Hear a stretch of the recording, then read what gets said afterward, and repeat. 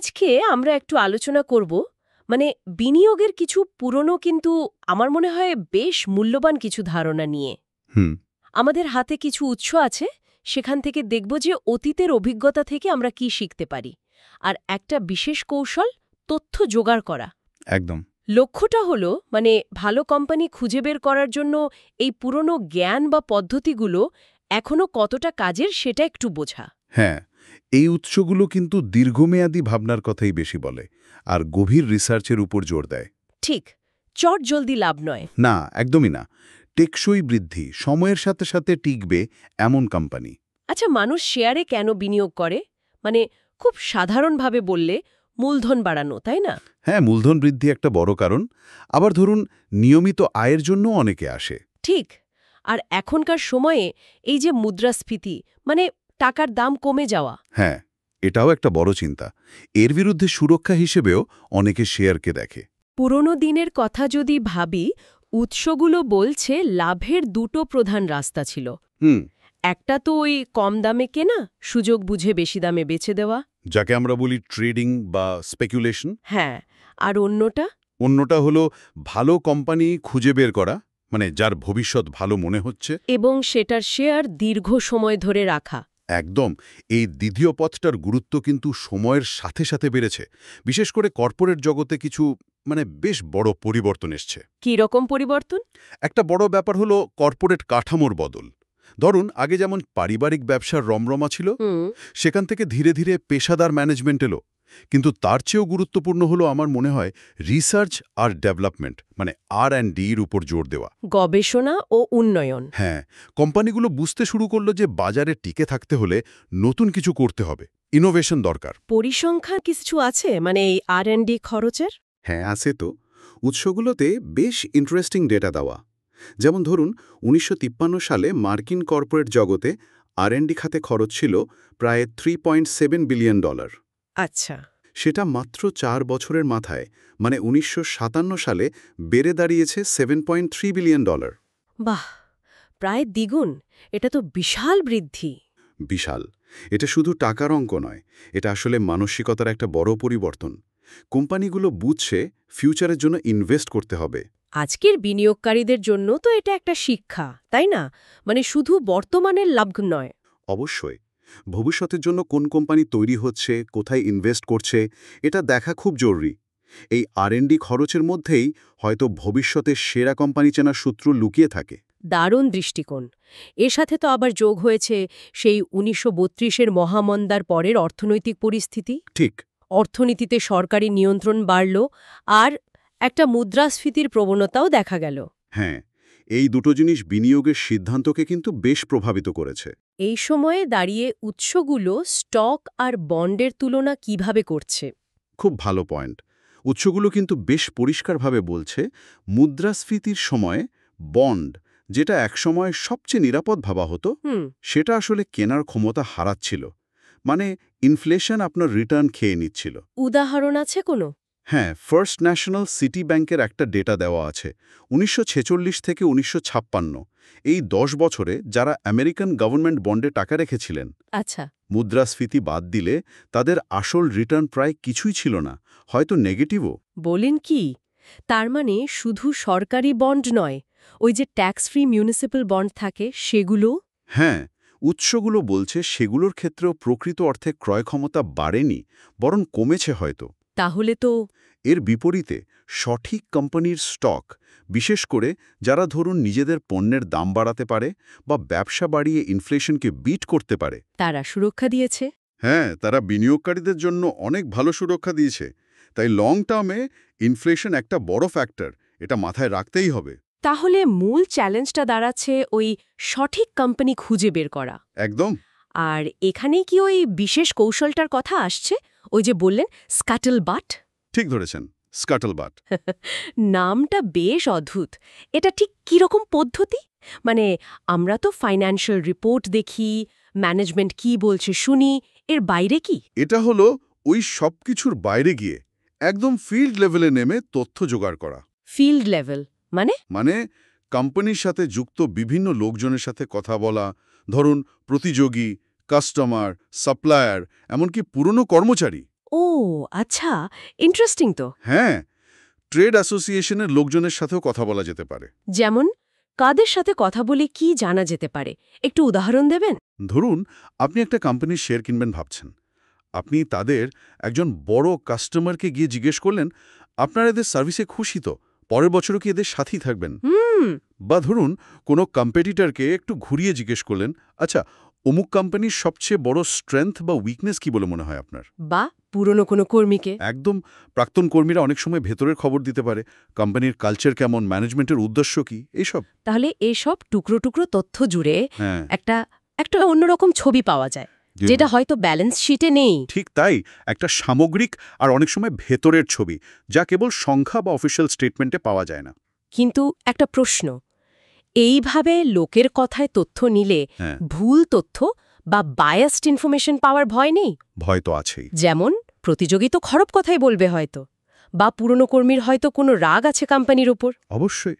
এটাই এই পদ্ধতির সবচেয়ে বড় চ্যালেঞ্জ বা লিমিটেশন। তাহলে এটা কি একটু বেশি গুজব নির্ভর হয়ে গেল না? না, গুজব নির্ভর নয়, যদি ঠিকভাবে করা যায়।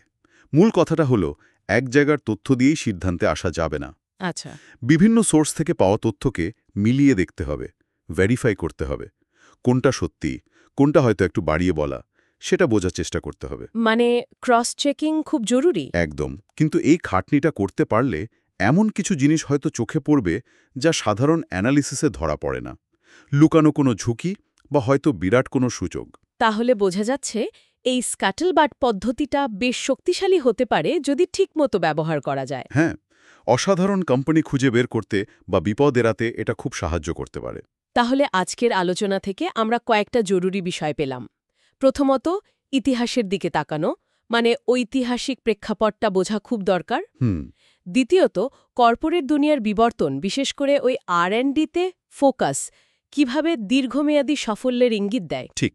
তৃতীয়ত, মুদ্রাস্ফীতির প্রভাব, হুম, আর সেখানে বন্ডের তুলনায় সঠিক স্টকের ভূমিকা। হ্যাঁ, আর সব শেষে শুধু ডেটা নয়, গুণগত গবেষণা, মানে ওই স্ক্যাটলবট কতটা জরুরি হতে পারে একটা কোম্পানির আসল ছবিটা বোঝার জন্য। একদম ঠিক। এই সব মিলিয়ে কিন্তু বিনিয়োগের একটা একটা সম্পূর্ণ চিত্র তৈরি হয়। আচ্ছা, এই যে এত গভীর গবেষণার কথা এলো, কোয়ান্টিটেটিভ, কোয়ালিটেটিভ, স্ক্যাটলবট, হুম, এখান থেকে একটা চিন্তা আসছে মাথায়। আজকের দিনে যে বড় বড় কোম্পানিগুলো আমরা দেখি, যাদেরকে মনে হয় অপ্রতিরোধ্য, হ্যাঁ, মানে ব্লু চিপ বা খুব পরিচিত নামগুলো, তাদের ক্ষেত্রেও কি এমন কোনো গোপন শক্তি বা হয়তো অপ্রত্যাশিত কোনো দুর্বলতা থাকতে পারে, যা এই ধরনের গভীর অনুসন্ধান ছাড়া ধরা পড়বে না? এমন কিছু যা হয়তো বাজারের চলতি আলোচনায় বা সাধারণ বিশ্লেষণে এখনো আসেনি? দারুণ প্রশ্ন। এটা কিন্তু ভাবার মতো একটা বিষয়। হতেই পারে, কারণ বাইরে থেকে যা দেখা যায় সেটাই তো সব নয়। এই উৎসগুলো আমাদের এটাই শেখায়, সবসময় পর্দার আড়ালে কি ঘটছে সেদিকেও নজর রাখতে হবে। হয়তো সেখানেই আসল সুযোগ বা ঝুঁকিটা লুকিয়ে আছে। আজকে আমরা ফিলিপ ফিশারের সে বিখ্যাত 15টা পয়েন্ট নিয়ে কথা বলবো, যা দিয়ে অসাধারণ স্টক খুঁজে বের করা যেতে পারে। তার বই কমন স্টকস অ্যান্ড আনকমন প্রফিটসের এই বিষয়গুলো অনেক বিনিয়োগকারীর কাছেই খুবই গুরুত্বপূর্ণ। আমাদের হাতে বইয়ের মূল ধারণাগুলো তো আছেই, আর আমাদের কাজ হলো এগুলোর একটু গভীরে গিয়ে বোঝা কিভাবে এই 15টা প্রশ্ন একজন সাধারণ বিনিয়োগকারীকে দীর্ঘমেয়াদে লাভজনক কোম্পানি বাছাই করতে পথ দেখাতে পারে। চলুন শুরু করা যাক। প্রথম যে বিষয়গুলোর উপর ফিশার জোর দিয়েছেন তা হল কোম্পানির বৃদ্ধি আর ভবিষ্যতের সম্ভাবনা। প্রথম পয়েন্টটা কি ছিল জানো? হ্যাঁ, ফিশারের প্রথম প্রশ্নটাই হলো কোম্পানির পণ্য বা পরিষেবার বাজার নিয়ে। মানে আগামী কয়েক বছর ধরে এর বিক্রি কি উল্লেখযোগ্যভাবে বাড়ার মতো যথেষ্ট সম্ভাবনা আছে? শুধু এককালীন লাভ নয়, আসলে টেকসই বৃদ্ধি দেখতে হবে। এমন কোম্পানি এড়িয়ে চলতে হবে যাদের বাজার হয় স্থির, নয়তো ছোট হয়ে আসছে। ফিশার উদাহরণ দিয়েছেন অ্যালকোয়া বা ডুপন্টের মতো কোম্পানির, যারা দীর্ঘ সময় ধরে নিজেদের বাজার বাড়াতে পেরেছে, নতুন নতুন ব্যবহারের ক্ষেত্র তৈরি করেছে। অ্যালকোয়া যেমন অ্যালুমিনিয়ামের নতুন বাজার খুঁজেছিল, আর ডুপন্ট তো নাইলন, সেলোফেনের মতো উদ্ভাবন দিয়ে নিজেদের ব্যবসা বাড়িয়েই গেছে। তার মানে শুধু বর্তমান বাজার নয়, ভবিষ্যতের বাজার তৈরির ক্ষমতাও দেখতে হবে। আচ্ছা, এই বৃদ্ধিটা ধরে রাখার জন্য কোম্পানির ভেতরকার প্রস্তুতি কতটা জরুরি? এটাই কি দ্বিতীয় পয়েন্টের মূল কথা? ঠিক ধরেছেন। দ্বিতীয় পয়েন্টটি হল, যখন বর্তমান পণ্যের বাজার ধরুন পরিপূর্ণ হয়ে আসছে, তখন কোম্পানির ব্যবস্থাপনা কি নতুন পণ্য বা প্রযুক্তি উদ্ভাবনের মাধ্যমে ভবিষ্যতের বিক্রির সম্ভাবনা বাড়ানোর জন্য দৃঢ় প্রতিজ্ঞ। এখানে গবেষণা ও উন্নয়ন বা R&D এর ভূমিকা চলে আসে। যে কোম্পানিগুলো শুধু বর্তমান সাফল্য উপভোগ না করে ভবিষ্যতের জন্য বিনিয়োগ করে, তারাই এগিয়ে থাকে। পুরনো পণ্যের উন্নতি বা সম্পূর্ণ নতুন পণ্য তৈরি দুটোই জরুরি। মোটরোলার কথা ভাবুন, তারা রেডিও, টিভি থেকে সেমিকন্ডাক্টর, তারপর মোবাইল কমিউনিকেশন, মানে কিভাবে এগিয়েছে। কর্নিং গ্লাস ওয়ার্কসও টেলিভিশন পিকচার টিউব তৈরি করে বিশাল সুযোগ কাজে লাগিয়েছিল। কিন্তু শুধু R&D থাকলেই তো হবে না, সেটা কতটা কার্যকর তাও তো দেখতে হবে। এটাই কি তৃতীয় পয়েন্ট? একদম। তৃতীয় পয়েন্ট হল, কোম্পানির আকারের তুলনায় এই গবেষণা ও উন্নয়ন প্রচেষ্টা কতটা কার্যকর। শুধু প্রচুর টাকা খরচ করে যথেষ্ট নয়, দেখতে হবে গবেষণা, উৎপাদন এবং বিক্রয় বিভাগের মধ্যে সমন্বয় কেমন। ফিশার জোর দিয়েছেন যে সেরা ফলাফল আসে টিম ওয়ার্ক থেকে, কোনো একক প্রতিভার ওপর নির্ভর করে নয়। এই সমন্বয়ের ফলেই একটা ভালো আইডিয়া লাভজনক পণ্যে রূপান্তরিত হয়। অনেক সময় সরকারি বা প্রতিরক্ষা চুক্তি গবেষণায় সাহায্য করে, যেমন টেক্সাস ইনস্ট্রুমেন্টস সরকারি অর্থায়নে গবেষণা করে পরে কমার্শিয়াল সাফল্য পেয়েছে।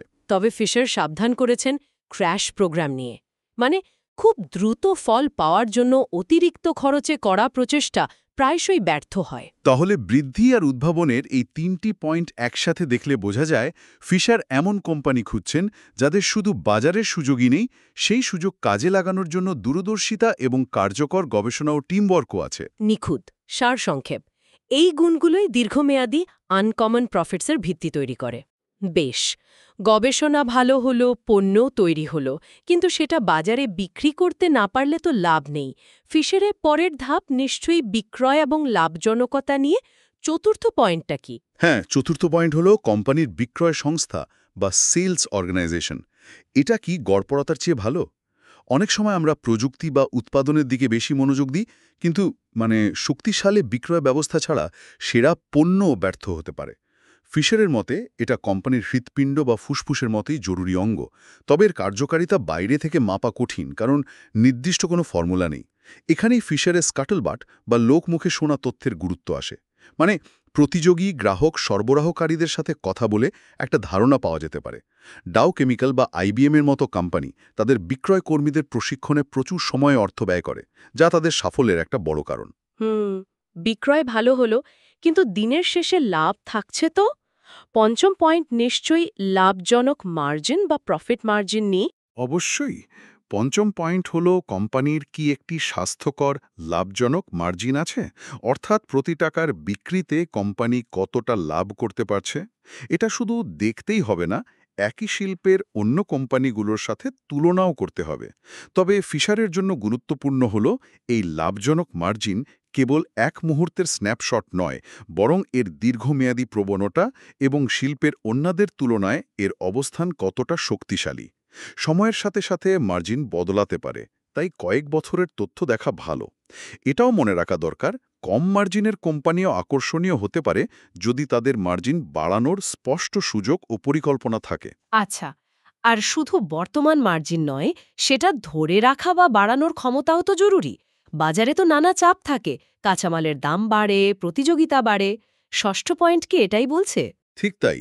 ষষ্ঠ পয়েন্ট হল, কোম্পানি এই লাভজনক মার্জিন বজায় রাখতে বা উন্নত করতে কি করছে।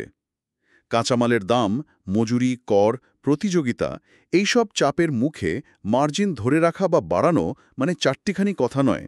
কোম্পানি কি খরচ কমাচ্ছে, উৎপাদন প্রক্রিয়া উন্নত করছে, নতুন প্রযুক্তি ব্যবহার করছে, কার্যকর অ্যাকাউন্টিং কন্ট্রোল আছে কি?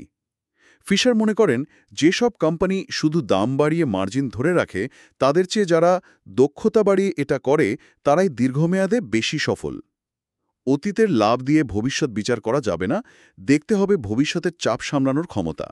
তার মানে বিক্রয় দক্ষতার পাশাপাশি লাভ করার এবং সেই লাভ ধরে রাখার কৌশল, এই দুটো মিলিয়েই বোঝা যায় কোম্পানির আর্থিক স্বাস্থ্য কতটা মজবুত। একদম।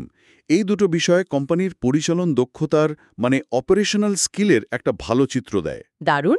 এবার আসি কোম্পানির ভেতরের পরিবেশে। ফিশার কিন্তু শুধু সংখ্যা নয়, মানুষ নিয়েও ভেবেছেন। সপ্তম পয়েন্টটা তো কর্মী সম্পর্ক নিয়ে। এটা বিনিয়োগের ক্ষেত্রে কতটা গুরুত্বপূর্ণ? অত্যন্ত গুরুত্বপূর্ণ। সপ্তম পয়েন্ট হল শ্রম এবং কর্মী সম্পর্ক বা লেবার অ্যান্ড পার্সোনাল রিলেশনস। খারাপ কর্মী সম্পর্ক মানে কম উৎপাদনশীলতা, ধর্মঘটের ঝুঁকি, খারাপ কাজের মান, যা সরাসরি মুনাফায় প্রভাব ফেলে। ফিশার বলছেন, ভালো সম্পর্ক মানে শুধু বেশি বেতন নয়, কর্মীদের প্রতি সম্মান, কাজের স্বীকৃতি, অভিযোগ নিষ্পত্তির ব্যবস্থা, ভালো কাজের পরিবেশ, এগুলো জরুরি। কোম্পানিতে ইউনিয়ন থাকুক বা না থাকুক, কর্মীদের মনোবল কেমন, টার্নওভার রেট কেমন, ব্যবস্থাপনা কর্মীদের কথা শোনে কিনা, এগুলো দেখতে হবে। উঁচু বেতনেও খারাপ সম্পর্ক হতে পারে, আবার গড় বেতনেও ভালো সম্পর্ক সম্ভব। এখানেও স্কাটলবাট পদ্ধতি খুব কাজের, মানে কর্মীদের বা স্থানীয়দের সাথে কথা বলে ভেতরের খবর নেয়া। মোটরোলা ইউনিয়ন প্রধান এলাকাতেও কর্মীদের সাথে ভালো সম্পর্ক রেখেছিল, যা তাদের উপকারে এসেছে। কর্মীদের কথা তো হলো, কিন্তু উঁচু পদের কর্মকর্তাদের মধ্যে সম্পর্ক কেমন?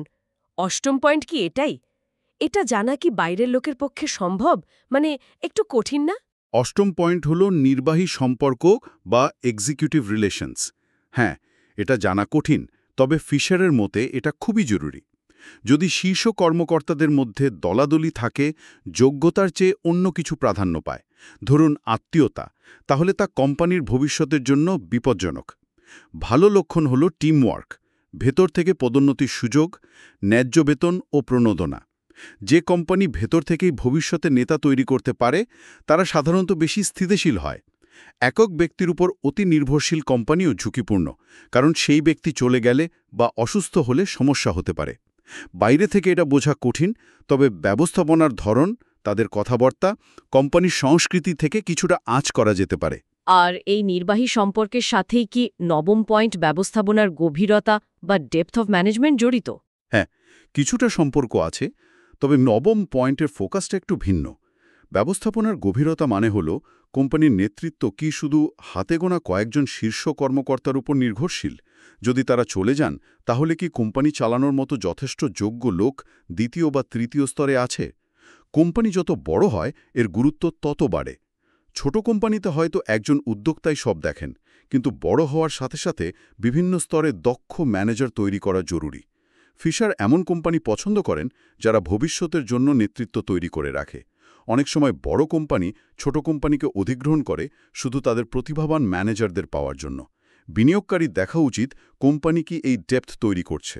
তাহলে কর্মী সম্পর্ক, নির্বাহী সম্পর্ক আর ব্যবস্থাপনার গভীরতা, এই তিনটে পয়েন্ট মিলে কোম্পানির মানব সম্পদ এবং নেতৃত্বের শক্তিকে তুলে ধরে। ফিশারের কাছে এটাও একটা বড় বিবেচ্য বিষয়। অবশ্যই, কারণ দীর্ঘমেয়াদী সাফল্য শুধু কৌশল বা পণ্যের ওপর নির্ভর করে না, যারা সেগুলো বাস্তবায়ন করবে তাদের উপরও নির্ভর করে। আচ্ছা, এবার একটু টেকনিক্যাল দিকে যাই। দশম পয়েন্ট বলছে খরচ বিশ্লেষণ বা কস্ট অ্যানালিসিস আর হিসাবরক্ষণ নিয়ন্ত্রণ বা অ্যাকাউন্টিং কন্ট্রোলস নিয়ে। একজন সাধারণ বিনিয়োগকারী এটা কতটা বুঝতে পারবে? দশম পয়েন্টটা সত্যিই টেকনিক্যাল এবং বাইরে থেকে এর বিস্তারিত জানা প্রায় অসম্ভব। কিন্তু ফিশার এটা রেখেছেন কারণ এর গুরুত্ব অনেক। কোম্পানি যদি না জানে তার প্রতিটি পণ্য বা পরিষেবা তৈরি করতে ঠিক কত খরচ হচ্ছে, তাহলে তারা সঠিক দাম নির্ধারণ করতে পারবে না, কোথায় খরচ কমানো যায় বুঝতে পারবে না, বা ধরুন কোন ব্যবসাটা লাভজনক নয় সেটা ধরতে পারবে না। দুর্বল অ্যাকাউন্টিং কন্ট্রোল মানে অর্থের অপচয় এবং ভুল সিদ্ধান্ত নেওয়ার সুযোগ। বিনিয়োগকারী হয়তো বিস্তারিত ডেটা পাবে না, কিন্তু প্রশ্ন করতে পারে, ব্যবস্থাপনা কি এই বিষয়গুলোতে যথেষ্ট গুরুত্ব দেয়? তারা কি ডেটা নির্ভর সিদ্ধান্ত নেয়? এখানেও পরোক্ষ তথ্য বা স্ক্যাটলবাট কিছুটা সাহায্য করতে পারে। বেশ মজার। এখানে বলা হচ্ছে এমন কিছু বিশেষ বৈশিষ্ট্যের কথা যা হয়তো শুধু নির্দিষ্ট শিল্পের জন্যই গুরুত্বপূর্ণ এবং যা কোম্পানিকে অন্যদের থেকে এগিয়ে রাখতে পারে। হ্যাঁ, একাদশ পয়েন্টটা হলো কোম্পানির কি এমন কিছু দিক আছে যা তাকে প্রতিযোগীদের থেকে বিশেষ সুবিধা দেয়। এটা শিল্পভেদে খুব ভিন্ন হতে পারে। যেমন একটা রিটেল চেনের জন্য ভালো লোকেশন বাছাই করা আর দোকান পরিচালনার দক্ষতা খুব জরুরি। একটা রাসায়নিক কোম্পানির জন্য হয়তো কাঁচামাল সংগ্রহ বা পরিবেশ নিয়ন্ত্রণের দক্ষতা বেশি গুরুত্বপূর্ণ। কারো জন্য হয়তো শক্তিশালী পেটেন্ট পোর্টফোলিও, আবার কারো জন্য ব্র্যান্ড ভ্যালু বা ডিস্ট্রিবিউশন নেটওয়ার্ক। ফিশার বলছেন, বিনিয়োগকারীকে বুঝতে হবে যে সে যে শিল্পে বিনিয়োগ করছে সেখানে সাফল্যের চাবিকাঠি কী এবং কোম্পানি সেই নির্দিষ্ট ক্ষেত্রে কতটা দক্ষ। পেটেন্ট একটা উদাহরণ, যা প্রযুক্তি বা ফার্মাসিউটিক্যালস কোম্পানিতে খুব গুরুত্বপূর্ণ হতে পারে, যদিও এর আইনি লড়াই বেশ জটিল এবং কার্যকারিতা সবসময় নিশ্চিত নয়। এই দুটো পয়েন্ট 10 ও 11 তাহলে কোম্পানির কার্যকারিতা এবং প্রতিযোগিতামূলক সুবিধার গভীরে দেখতে সাহায্য করে। ঠিক, এগুলো হয়তো বাইরে থেকে পুরোপুরি দেখা কঠিন, কিন্তু এগুলো কোম্পানির দীর্ঘমেয়াদী পারফরম্যান্সের জন্য অত্যন্ত জরুরি। এবার আসে একেবারে শেষ পর্বের কিছু পয়েন্টে, যেগুলো মূলত কোম্পানির দীর্ঘমেয়াদী দৃষ্টিভঙ্গি এবং চরিত্রের উপর আলোকপাত করে। দ্বাদশ পয়েন্টটা তো লাভের বিষয় কোম্পানির মানসিকতা নিয়ে। হ্যাঁ, দ্বাদশ পয়েন্ট হলো কোম্পানির লাভের প্রতি দৃষ্টিভঙ্গি কি, স্বল্পমেয়াদী না দীর্ঘমেয়াদী। কিছু কোম্পানি আছে যারা এই ত্রৈমাসিকের লাভ দেখানোর জন্য এমন কাজ করে যা দীর্ঘমেয়াদে কোম্পানির ক্ষতি করে। যেমন ধরুন, পণ্যের ঘাটতি হলে অন্যায্য দাম বাড়িয়ে গ্রাহকদের বিরাগভাজন হওয়া, বা ভবিষ্যতের জন্য জরুরি গবেষণা বা রক্ষণাবেক্ষণের খরচ কমিয়ে দেওয়া। ফিশার সেই সব কোম্পানি পছন্দ করেন যারা দীর্ঘমেয়াদী বৃদ্ধি এবং সুনামের উপর জোর দেয়, এমনকি যদি তার জন্য স্বল্পমেয়াদে কিছু লাভ ছাড়তে হয়। এই দৃষ্টিভঙ্গি বোঝা যায় তাদের সিদ্ধান্ত থেকে, গ্রাহক ও সরবরাহকারীদের সাথে তাদের আচরণ থেকে। কি বর্তমান শেয়ারহোল্ডারদের মালিকানা কমে যাবে? শেয়ার ডাইলিউশনের ঝুঁকি কতটা? এটা একটা বড় ঝুঁকি, বিশেষ করে দ্রুত বর্ধনশীল কোম্পানিগুলোর জন্য যাদের ব্যবসা বাড়াতে অনেক টাকা লাগে। যদি কোম্পানিকে বারবার নতুন শেয়ার বাজারে ছাড়তে হয়, তাহলে কোম্পানির মোট লাভ বাড়লেও শেয়ার প্রতি আয় বা আর্নিংস পার শেয়ার সেভাবে বাড়ে না বা কমেও যেতে পারে। ফলে পুরনো শেয়ার হোল্ডাররা লাভের পুরো সুবিধা পান না।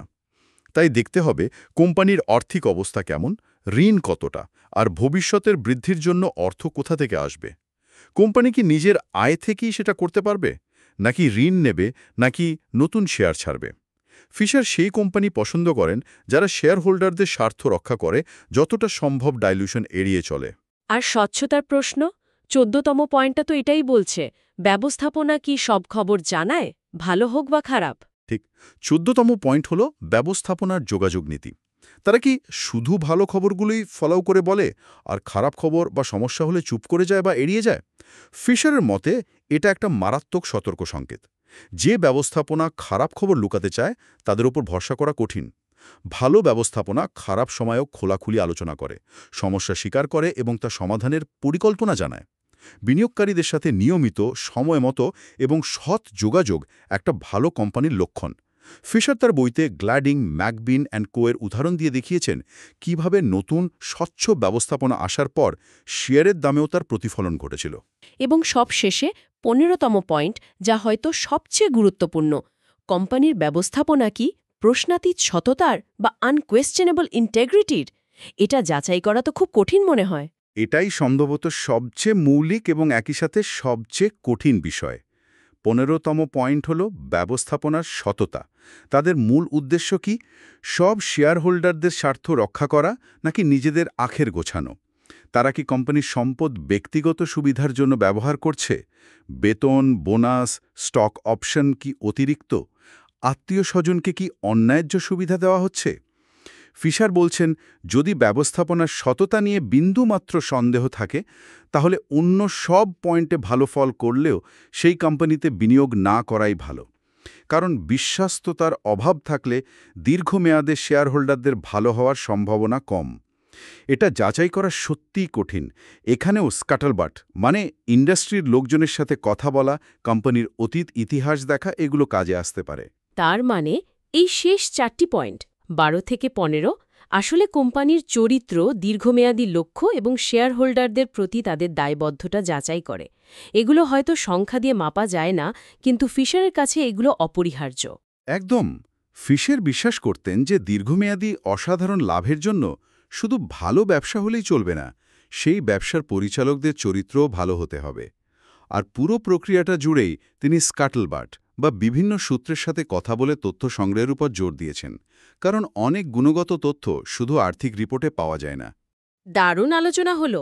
আমরা দেখলাম ফিলিপ ফিশারের এই 15টি পয়েন্ট একটা কোম্পানিকে 360 ডিগ্রি কোণ থেকে বিচার করতে সাহায্য করে।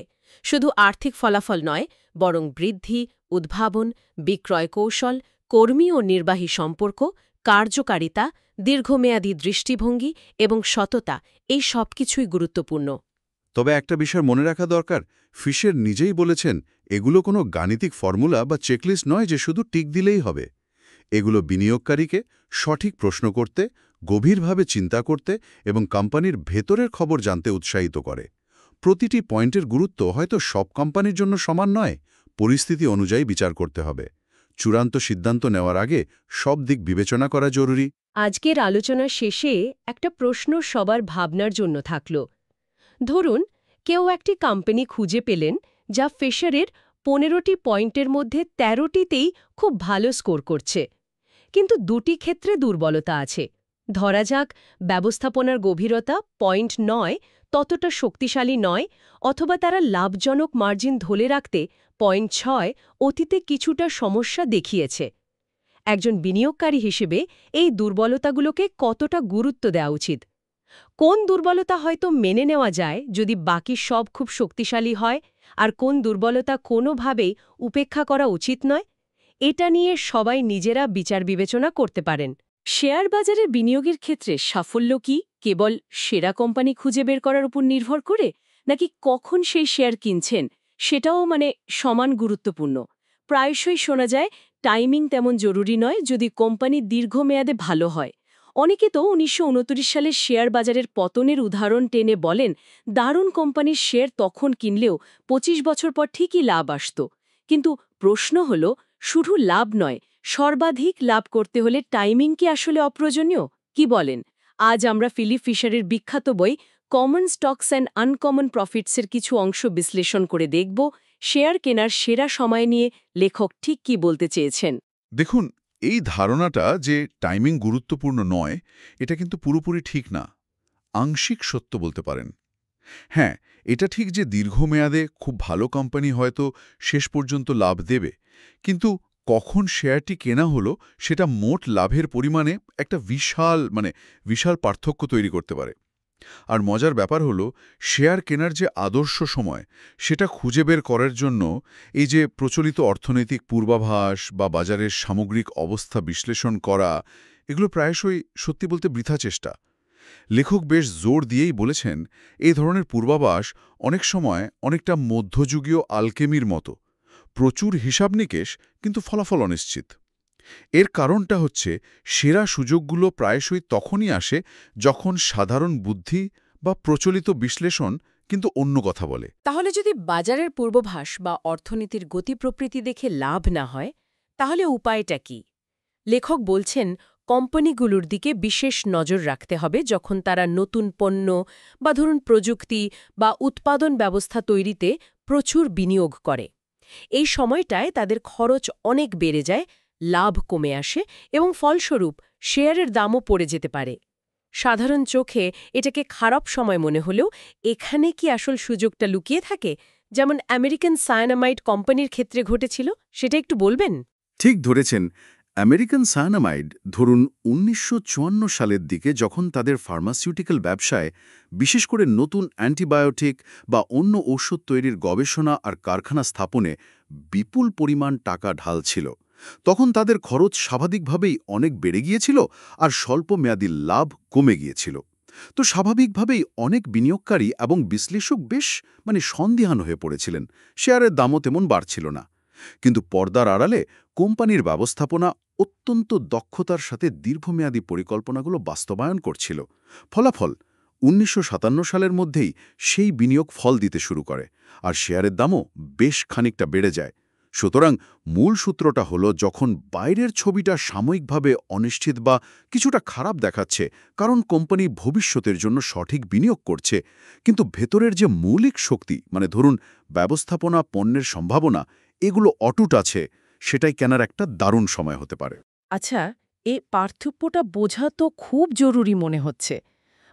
একটা কোম্পানি কি আসলেই ভবিষ্যতের জন্য ভালো বিনিয়োগ করছে, নাকি শুধু টাকা নষ্ট করছে বা ধরুন অন্য কোনো ব্যবসায়িক সমস্যায় পড়েছে, এটা একজন সাধারণ বিনিয়োগকারী বুঝবে কিভাবে? এটা কি কেবল ব্যবস্থাপনার উপর একটা অন্ধ ভরসা রাখা? না, অন্ধ ভরসা মোটেই নয়, বরং এটা হচ্ছে গভীর গবেষণালব্ধ আস্থা। এখানেই আসে কোম্পানির মৌলিক বিষয় বা ফান্ডামেন্টালস বিশ্লেষণের গুরুত্ব। শুধু ম্যানেজমেন্ট ভালো বললেই তো হবে না, তাদের অতীতের ট্র্যাক রেকর্ড দেখতে হবে, নতুন উদ্যোগটির ব্যবসায়িক সম্ভাবনা কতটা বাস্তবসম্মত সেটা বুঝতে হবে, কোম্পানির আর্থিক অবস্থা কতটা শক্তিশালী সেটাও যাচাই করতে হবে। এটা অনেকটা গোয়েন্দা কাহিনীর মতো, সব সূত্র মিলিয়ে একটা যৌক্তিক সিদ্ধান্তে পৌঁছানো। যেমন ধরুন ফুড মেশিনারি অ্যান্ড কেমিক্যাল কর্পোরেশনের কথা। ১৯৫৭ সালের দিকে তাদের রাসায়নিক বিভাগ হয়তো বাজারের চাহিদা কমে যাওয়া বা ধরুন কোনো নতুন প্ল্যান্ট চালু করার প্রাথমিক সমস্যার কারণে প্রত্যাশা পূরণ করতে পারছিল না। শেয়ারের দামও হয়তো তখন তেমন আকর্ষণীয় ছিল না।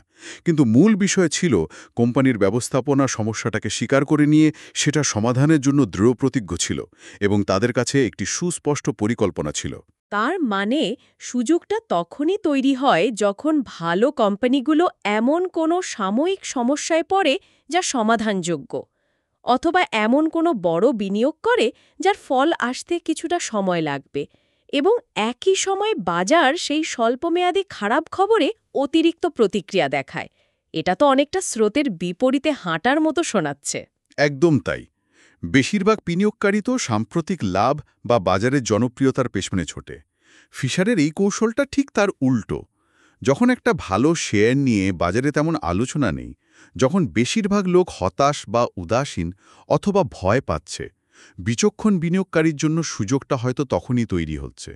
এর জন্য প্রয়োজন ধৈর্য, গভীর বিশ্লেষণ করার ক্ষমতা এবং বাজারের প্রচলিত ধারণার বিরুদ্ধে বাজি ধরার সাহস।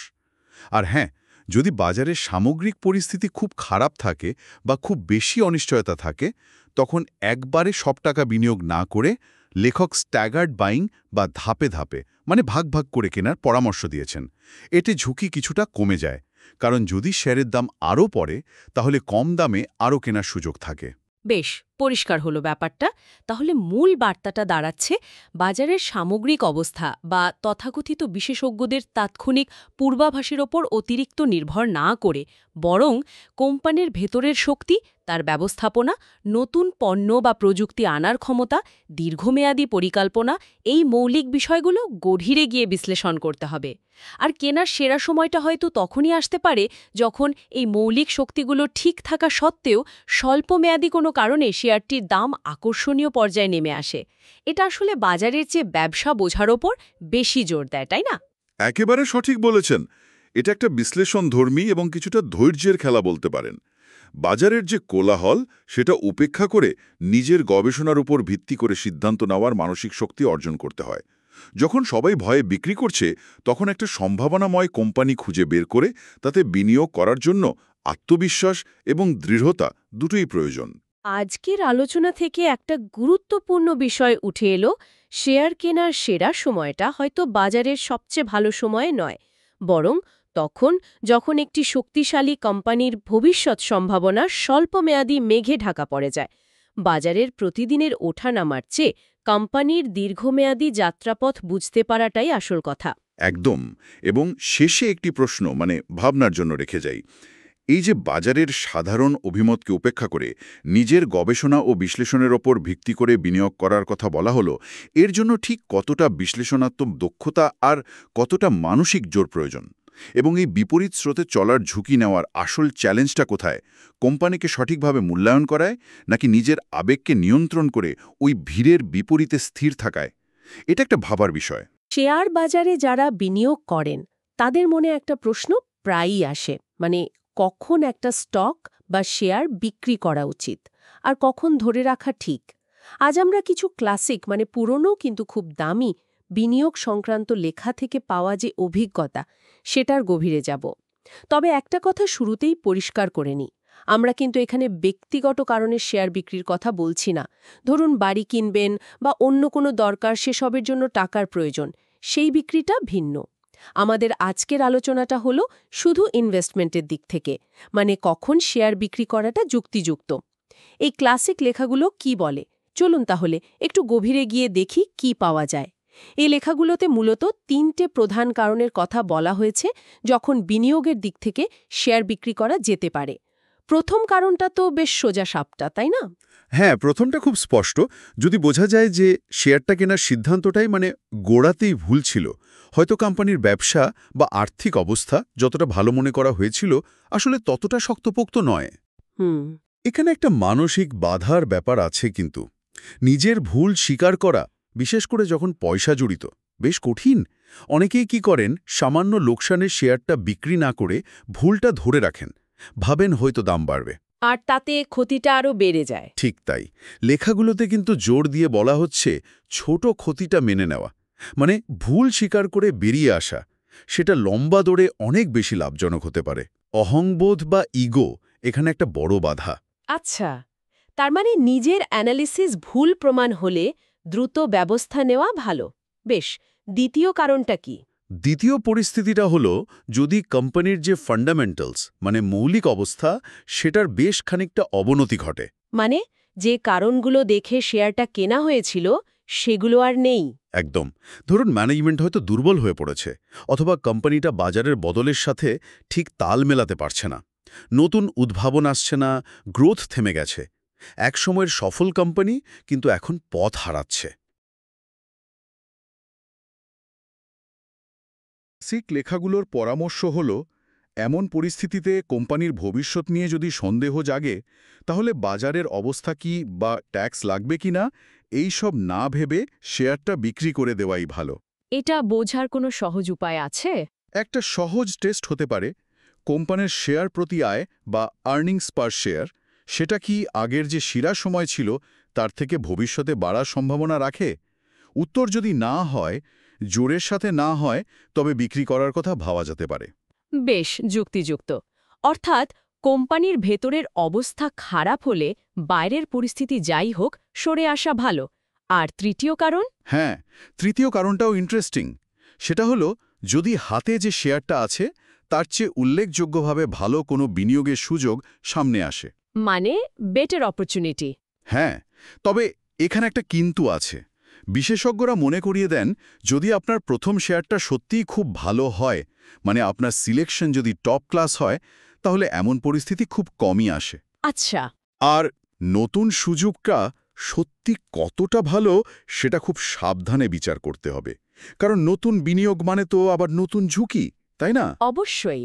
শুধু মনে হলো যে এটা একটু ভালো হতে পারে, এই ভেবেই কিন্তু ভালো শেয়ার ছেড়ে নতুনটায় চলে যাওয়াটা ঠিক নয়, যদি না নতুন সুযোগটা সত্যি অসাধারণ হয়। বোঝা গেল। এই তো গেল বিক্রি করার ৩টে মূল কারণ। এবার একটু উল্টো দিকটা দেখি। এমন কিছু ভুল ধারণা আছে যার জন্য মানুষ প্রায় শেয়ার বিক্রি করে দেয়, কিন্তু এই লেখাগুলো বলছে সেটা ঠিক নয়। যেমন ধরুন, বাজারের মন্দার ভয়ে বিক্রি করা। ওহ, এটা তো খুবই কমন একটা ব্যাপার, প্রায়ই দেখা যায়।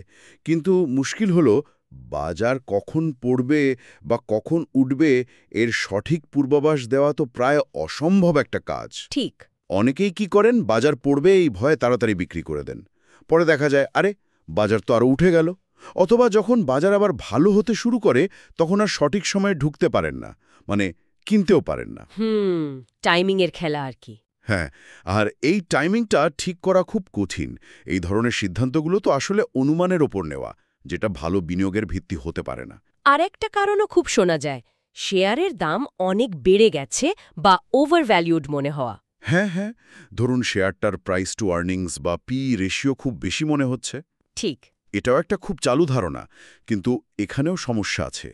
বিশেষ করে গ্রোথ স্টক বা সম্ভাবনাময় কোম্পানির ক্ষেত্রে এই ধারণাটা কিন্তু ভুল হতে পারে, কারণ একটা কোম্পানির ভবিষ্যতের যে অসাধারণ বৃদ্ধির সম্ভাবনা সেটা হয়তো তার এখনকার উঁচু দামটাকেই জাস্টিফাই করবে।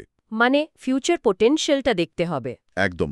শুধু এখনকার ভ্যালুয়েশন দেখে যদি একটা ভালো কোম্পানির শেয়ার বিক্রি করে দেয়া হয়, তাহলে কিন্তু লম্বা সময়ে যে বিশাল লাভ হতে পারত সেটা থেকে বঞ্চিত হওয়ার একটা বড় ঝুঁকি থেকে যায়। এই প্রসঙ্গে ক্লাসিক লেখাগুলোতে একটা দারুণ উপমা ব্যবহার করা হয়েছে। কোনটা বলুন তো, বেশ ইন্টারেস্টিং লাগছে। ওই যে ক্লাসের সবচেয়ে ভালো ছাত্রটির উপমা। ও হ্যাঁ, কি আপনি তার উপর থেকে আস্থা হারিয়ে ফেলবেন? না, তা কেন হারাবো, বরং ভরসা আরও বাড়বে। ঠিক তাই। তেমনি একটা সত্যিকারের ভালো কোম্পানি যার ব্যবসার ভিত্তি খুব মজবুত, ভবিষ্যতের সম্ভাবনাও খুব উজ্জ্বল, তাকে শুধু দামটা একটু বেড়ে গেছে বলে বিক্রি করে দেওয়াটা বুদ্ধিমানের কাজ নাও হতে পারে। অসাধারণ কোম্পানিগুলো অনেক অনেক লম্বা সময় ধরে প্রবৃদ্ধি বজায় রাখতে পারে, যা হয়তো আমরা শুরুতে ধারণাও করতে পারি না। তাহলে এইসব আলোচনার পর মূল কথাটা কি দাঁড়াচ্ছে? মনে হচ্ছে যদি অনেক গবেষণা করে সব দিক দেখে একটা শেয়ার কেনা হয় এবং কোম্পানির ভেতরে বিষয়গুলো মানে ফান্ডামেন্টালস ঠিক থাকে, তাহলে সেই শেয়ার বিক্রি করার সঠিক সময় প্রায় কখনোই আসে না। ব্যাপারটা কি এরকম? অনেকটাই সেরকম। মানে সারমর্ম এটাই দাঁড়ায়, যদি কোম্পানির ব্যবসায়িক মডেল শক্তিশালী থাকে, ম্যানেজমেন্ট ভালো হয় আর গ্রোথের সুযোগ থাকে, তাহলে লম্বা সময় ধরে শেয়ারটা ধরে রাখাই যুক্তিযুক্ত। তবে এখানে একটা গভীর ভাবনার বিষয় কিন্তু থেকেই যায়, যেটা এই লেখাগুলোতে হয়তো সরাসরি এতটা জোর দিয়ে বলা হয়নি। কি সেটা? সেটা হলো, একজন বিনিয়োগকারী সময়ের সাথে সাথে কিভাবে নিশ্চিত হবেন যে তার যে প্রাথমিক বিশ্লেষণের মাপকাঠিগুলো ছিল সেগুলো আজও প্রাসঙ্গিক আছে, অথবা ধরুন বাজারের পরিস্থিতিতে বা কোম্পানির ব্যবসায় বড় কোনো পরিবর্তন এলো, তখন নিজের পুরনো সিদ্ধান্তকে চ্যালেঞ্জ করা বা নতুন করে মূল্যায়ন করা, সেটা কখন করা উচিত? এই প্রশ্নটা কিন্তু খুব জরুরি। এটা নিয়ে আরও ভাবা যেতে পারে। আজকের এই গভীর আলোচনায় স্বাগত। আমাদের হাতে আছে একটা লেখার অংশ, শিরোনাম ডিভিডেন্ড নিয়ে যত বিভ্রান্তি। শেয়ার বাজারে লভ্যাংশ বা ডিভিডেন্ড নিয়ে অনেক রকম ধারণা চালু আছে, যেগুলো সবসময় হয়তো ঠিক না। আজকে আমরা এই লেখাটার সাহায্যে ডিভিডেন্ড সংক্রান্ত কিছু সাধারণ বিশ্বাস আর তার পেছনের জটিলতাগুলো একটু দেখব। লক্ষ্য হলো ডিভিডেন্ডের গুরুত্বটাকে আরেকটু ভালোভাবে বোঝা আর কি। একদম ঠিক। প্রায়শই দেখা যায় কি, একটা কোম্পানি ডিভিডেন্ড দিচ্ছে কি দিচ্ছে না সেটার উপর ভিত্তি করেই অনেকে হুট করে একটা সিদ্ধান্তে চলে আসেন। হ্যাঁ, সেটাই। কিন্তু এই উৎসটা আমাদের দেখাচ্ছে যে এর পেছনে আসলে অনেক কারণ থাকতে পারে, যেগুলো চট করে বোঝা যায় না। চলুন সেই বিষয়গুলোতেই একটু নজর দিই। উৎস শুরুতেই একটা খুব চালু ধারণাকে প্রশ্ন করছে। বলছে যে কোম্পানি ডিভিডেন্ড দিচ্ছে না মানেই যে তারা শেয়ার হোল্ডারদের কথা ভাবছে না। ব্যাপারটা এত সরল না। তারা মুনাফাটা নতুন প্ল্যান্ট তৈরি বা খরচ কমানোর মতো লাভজনক খাতে আবার বিনিয়োগ করছে, এরকম কিছু। এখানেই তো আসল পয়েন্টটা। অনেকে ভাবেন কোম্পানিতে টাকা রেখে দেওয়া মানে রিটেইনড আর্নিংস মানেই শেয়ারের দাম বাড়বে। হ্যাঁ, এটা তো কমন ধারণা। কিন্তু উৎস বলছে এটা সবসময় সত্যি না, এমনকি উল্টোটাও হতে পারে। ধরুন ম্যানেজমেন্ট হয়তো অদক্ষ বা তাদের প্রবণতাই হলো শুধু নগদ টাকা জমানো। আচ্ছা। সেই টাকা রেখে দিলে শেয়ার হোল্ডারদের কি খুব একটা লাভ হচ্ছে? অনেক সময় ম্যানেজমেন্ট শুধু নিজেদের বড় বেতনটাকে জাস্টিফাই করার জন্য এমন করে, এটাও হতে পারে। ওয়াহ, এটা আসলে একটা অন্যরকম দিক। আরেকটা জটিলতার কথাও বলা হয়েছে, সেটা হলো অ্যাকাউন্টিং বা হিসাব রক্ষণ, তাই না? হ্যাঁ, বিশেষ করে যখন মুদ্রাস্ফীতি থাকে তখন ওই যে ডেপ্রিসিয়েশন বা সম্পত্তির ক্ষয় হিসেব করার পুরনো পদ্ধতিগুলো সেগুলো আর কাজ করে না। ঠিক নতুন সম্পদ প্রতিস্থাপনের জন্য যথেষ্ট হয় না আর কি। এর ফলে যা হয়, কাগজে কলমে যেটাকে আমরা সঞ্চিত মুনাফা বা রিটেইনড আর্নিংস দেখছি, এর অঙ্ক দেখলেই চলবে না। এর সাথে তো মনে হয় কর বা ট্যাক্সের বিষয়টাও বেশ গুরুত্বপূর্ণ। হ্যাঁ, করের ব্যাপারটা আসলেই বিষয়টাকে আরও একটু প্যাঁচালো করে তোলে। উৎস একটা কাল্পনিক XYZ কর্পোরেশনের উদাহরণ দিয়েছে। কিরকম? সেখানে দেখাচ্ছে যারা বড় শেয়ার হোল্ডার, যাদের ট্যাক্সের হার বেশ উঁচু, তারা হয়তো চাইবেন কোম্পানি ডিভিডেন্ড না দিক। কেন? কারণ ডিভিডেন্ড পেলেই তো বেশি ট্যাক্স দিতে হবে। তার চেয়ে কোম্পানি যদি টাকাটা আবার খাটিয়ে দেয় রিইনভেস্ট করে, তাহলে হয়তো তাদের ট্যাক্স কম লাগে বা পরে লাগে। ইন্টারেস্টিং। আর যাদের আয় কম ছোট শেয়ার হোল্ডার বা ধরুন বিশ্ববিদ্যালয় বা পেনশন ফান্ডের মতো করমুক্ত প্রতিষ্ঠান, তাদের ক্ষেত্রে? তাদের পছন্দটা আবার অন্যরকম হতে পারে। ছোট শেয়ার হোল্ডাররা যাদের ট্যাক্স কম, তারা হয়তো নগদ ডিভিডেন্ডটাই বেশি চাইবেন, হাতে টাকা আসবে। আচ্ছা। আর যারা করমুক্ত প্রতিষ্ঠান, তাদের কাছে তো ডিভিডেন্ড বা ক্যাপিটাল গেইন দুটোতেই করের প্রভাব প্রায় নেই। তো তাদের বিবেচনার দিকগুলো আবার অন্যরকম হবে। এত সব শোনার পর তো মনে হচ্ছে ডিভিডেন্ডের অঙ্কটাই তাহলে সব নয়। তাহলে একজন বিনিয়োগকারীর আসলে কোন দিকে নজর দেওয়া উচিত? এই লেখাটা বলছে ডিভিডেন্ডের পরিমাণের চেয়েও বেশি জরুরি হল কোম্পানির ডিভিডেন্ড পলিসির ধারাবাহিকতা আর নির্ভরযোগ্যতা। ধারাবাহিকতা? হ্যাঁ, বিনিয়োগকারীরা সাধারণত আয়ের হঠাৎ ওঠানামা একদম পছন্দ করেন না। তো যদি একটা কোম্পানির স্পষ্ট নীতি থাকে, যেমন লাভের একটা নির্দিষ্ট অংশ, ধরুন 25% থেকে 40% নিয়মিত ডিভিডেন্ড হিসেবে দেওয়া হবে, তাহলে সেটা বিনিয়োগকারীদের আস্থা বাড়াতে সাহায্য করে। অবশ্য নতুন বা খুব দ্রুত বাড়ছে এরকম কোম্পানি তারা হয়তো শুরুতে কোনো ডিভিডেন্ড দেবেই না, সেটাও তাদের গ্রোথ স্ট্র্যাটেজির অংশ হতে পারে। লেখাটাতে রম অ্যান্ড হাসের মতো কিছু স্টকের কথাও তো বলা হয়েছে, যাদের ডিভিডেন্ড ইল্ড হয়তো কম ছিল, হ্যাঁ, ডিভিডেন্ড ইল্ড কম, কিন্তু তারা লং টার্মে দারুণ রিটার্ন দিয়েছে। একদম। আর এটাই কিন্তু মূল কথা। কম ডিভিডেন্ড ইল্ড মানেই যে স্টকটা খারাপ তা কিন্তু নয়। যদি কোম্পানি ওই টাকাটা যে টাকাটা ডিভিডেন্ড দিল না সেটা খুব বুদ্ধিমত্তার সাথে আবার বিনিয়োগ করতে পারে এবং তার ফলে যদি শেয়ারের দাম ভবিষ্যতে অনেকটা বাড়ে, ভালো ক্যাপিটাল গেইন হয়, সেটাই তো শেয়ারহোল্ডারদের জন্য ভালো। শেষ পর্যন্ত ম্যানেজমেন্ট কতটা দক্ষ আর তাদের নীতিটা কি, সেটাই আসল বিষয়। তাহলে সারসংক্ষেপে এটাই দাঁড়ালো যে ডিভিডেন্ডের বিষয়টা বেশ জটিল, অনেকগুলো স্তরের ব্যাপার। এটা শুধু কোম্পানি কত টাকা দিচ্ছে সেটার উপর নির্ভর করে না, না, বিলকুল না। বরং কোম্পানির কৌশল, ম্যানেজমেন্টের দক্ষতা, দেশের কোর কাঠামো, এমনকি শেয়ার হোল্ডাররা কারা, এগুলোর উপরও নির্ভর করে। ডিভিডেন্ড নিয়ে যত বিভ্রান্তি, লেখাটা আসলে এই দিকগুলোই আমাদের সামনে তুলে ধরেছে। একদম। আর আলোচনাটা শেষ করার আগে একটা প্রশ্ন বরং ভাবনার জন্য রেখে যাই। বলুন। যেহেতু এই উৎসটিতে আমরা দেখলাম যে কিছু কম ডিভিডেন্ড দেওয়া স্টকও দীর্ঘমেয়াদে অসাধারণ পারফর্ম করেছে, তাহলে যখন কেউ বিনিয়োগের সিদ্ধান্ত নেবেন তখন বর্তমান ডিভিডেন্ড ইল্ড এর সাথে কোম্পানির পুনরায় বিনিয়োগের মাধ্যমে ভবিষ্যৎ মূলধনী লাভের যে সম্ভাবনা, এই দুটোর মধ্যে সঠিক ভারসাম্যটা কিভাবে খোঁজা উচিত, এটা একটা ভাবনার বিষয়। আচ্ছা, তাহলে আজকের আলোচনাটা শুরু করি। আমাদের কাছে বিনিয়োগ নিয়ে কিছু লেখার অংশ আছে, যেখানে বলা হচ্ছে বিনিয়োগকারীদের কি কি করা উচিত না, কিছু জরুরি সতর্কতা আর কি। উদ্দেশ্যটা হলো বিনিয়োগ করতে গিয়ে যে সাধারণ ভুলগুলো হয় সেগুলো এড়াতে একটু সাহায্য করা। একদম ঠিক। এই লেখাগুলো পড়লে না বিনিয়োগের সাইকোলজি আর স্ট্র্যাটেজি নিয়ে বেশ ভাবা যায়। দেখুন, প্রথম যে পয়েন্টটা খুব জরুরি সেটা হলো খুব প্রচার হচ্ছে বা একদম নতুন কোম্পানি, সেগুলোর শেয়ার কেনা থেকে একটু দূরে থাকা। নতুন বা প্রচার সর্বস্ব যেগুলোর হয়তো খুব আইডিয়া আছে কিন্তু ব্যবসার তেমন ট্র্যাক রেকর্ড নেই, এগুলোর দিকে লোকে ঝোঁকে কেন বলুন তো? আসলে ওই নতুন কিছু করার গল্প বা বিরাট লাভের স্বপ্ন দেখানো হয় তো, কিন্তু সমস্যাটা ওখানেই। এদের ম্যানেজমেন্ট কেমন, ব্যবসাটা আদৌ চলবে কিনা, লাভ হবে কিনা, এগুলো বোঝা খুব কঠিন। ডেটা কম থাকে। ও আচ্ছা, ভেরিফাই করার যথেষ্ট ইনফরমেশন থাকে না বলেই রিস্ক বেশি। ঠিক তাই।